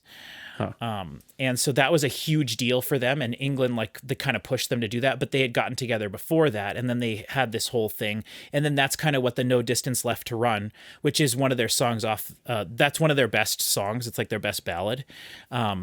Man, that's such a cool thing. That whole documentary is so neat. They hook for that song. The song No Distance Left to Run. They hook them up to these machines that you. It's so cool. They hook them up to these machines that like monitor your vitals and stuff when you're sleeping. And so all of the guys legitimately slept through a night, and then the music video is just footage of them and their eyes and like what was happening to them and their vitals while they were sleeping. It's so cool. It's such a neat thing. Creepy. And then the song is such a good song. It's like nothing, but it's so good. It's so sad because it is about the ending of the band. Oh, it's so good. And then they use that as the basis for them getting back together for it's so cool. It's some good stuff. I have all this stuff on DVD. We can watch it someday. Yeah. So this album, I don't know, what 1 out of 10 star, or a 1 to 10, what would you rank it? We don't do this on this channel. I know. I'm just curious because I want to know don't how much it know. disappointed you. Like, I think it's would you say it's better than a 5? Yeah, and if Okay. I didn't know Blur's other stuff, like if this is the first one you showed me, I'd be like, well, this band's pretty cool. I'd probably look into them. Yeah. But knowing like what they're capable of and the stuff that I like from them, it's disappointing. Yeah. I can see that So for sure. I don't know, 7, easy answer. 7. Yeah. Bleh. Yeah, I know. I personally have said before that I rank this as my second least favorite of their albums. And the only one that's worse, I think, is their first album. And I think if we went back and listened to their first album eventually, I'll be like, oh, this is way better than I thought it was. Yeah, And this will end up being my least favorite of their albums. I mean, I'll say that the Life of Brian or whatever it was, what was it? Yeah, Life of Darren. Life of Darren. Very forgettable to me. See, at the time we were shocked. I was just so shocked at the quality of it. And I still to Yeah. this day think it's one of the highest quality things. And then we found out there was a Dolby Atmos mix of it, which I would love to get that someday, but I'm sure they're not. That's got to be a $150 copy. Yeah. There's just something psychological where if I listen to an older album, it's like I give it more of a fair shake than a newer album. And I don't know what that is. Yeah, that's interesting. I don't know. Yeah, no, that's interesting. I mean, I can see what you mean. I definitely try not to do that. It might be because in my mind, I'm like, okay, Park Life is a classic album. Right. And so I come out of there and be like, that was a classic album. Yeah. And it's yeah. really hard for me to say that for any new album. Right, because you It's just don't know. You don't know if it'll stand the test of time. And that's not the way Yeah. I should think of it. I should just be like, do I like this music or not? But, Yeah. So I don't know. Maybe that deserves another listen sometime for me. But Yeah. Well, I mean, you'll have to. That's just something to think about as we go through things. You know, you Yeah. kind of have to maybe adjust your thinking a little for that because it's tough. Yeah. But I don't generally have you react to too much newer stuff, though. You know. yeah, right. Which I don't know. There is going to be a new Gorillaz album coming in. It's The Mountain, actually. February 27th. So, I'm interested in that at least. yeah, and their last album was so good and like super high quality, so I'm very excited for this one. Though generally Damon Albarn follows up a good album with 3 crappy ones in a row, so we'll see what he does. But okay, thank you everybody for watching. Thank you for let us know in the comments how you felt about this. I definitely talked less over the music on this one. Yeah, me So you guys can. And I even on the first track, I was specifically trying not to talk because you said people listen to the first track and bounce right off because they hear you talking. Yep, and I was trying to think of anything to say, and I was just like, well, that's all right. I'll just let Cody listen. And I thought, oh, this is good. We can not talk on the. Anyway, none of that matters. Thank you all so much for watching. Check out our Discord if you loved what we did here. Check out and think about donating to us on Coffee. If not, that's okay. But just check out the Discord. Let us know. Our plan for now is to do 13 next, then go back to this very beginning and do Modern Life is Rubbish, and then shoot all the way forward to Think Tank. And I think that will give us some really fun reactions. Yeah. And then if from there, we would have to decide, do we want to do their Japanese album, whose name I forget all the time what it is, and then their very first album from 1991. So Okay. we would have the 2 bookends kind of. I don't know. Yeah, and somewhere in there, I'm going to make you listen to the Kinks. So. Oh yeah, for sure. This is just, I'm not saying we'll do this all in a row or anything, but just over the next No, but that's couple kind of months. Blur related, I would say. Yeah, for sure. Same Yep. with the more, we'll be doing more Beatles stuff too. So Yes. Yep. it's Yep, all yep. kind of, maybe we'll do Mott the Hoople. Yeah, maybe. Who Probably knows? not. I don't know. Toad the Wet Sprocket. Or you toadies, I love you said. bands. I Toadies. love bands that are like blank and the blank or Mott blank the the Hoople. blank or yeah. Okay, thank you all so All much. right. We will see you next time.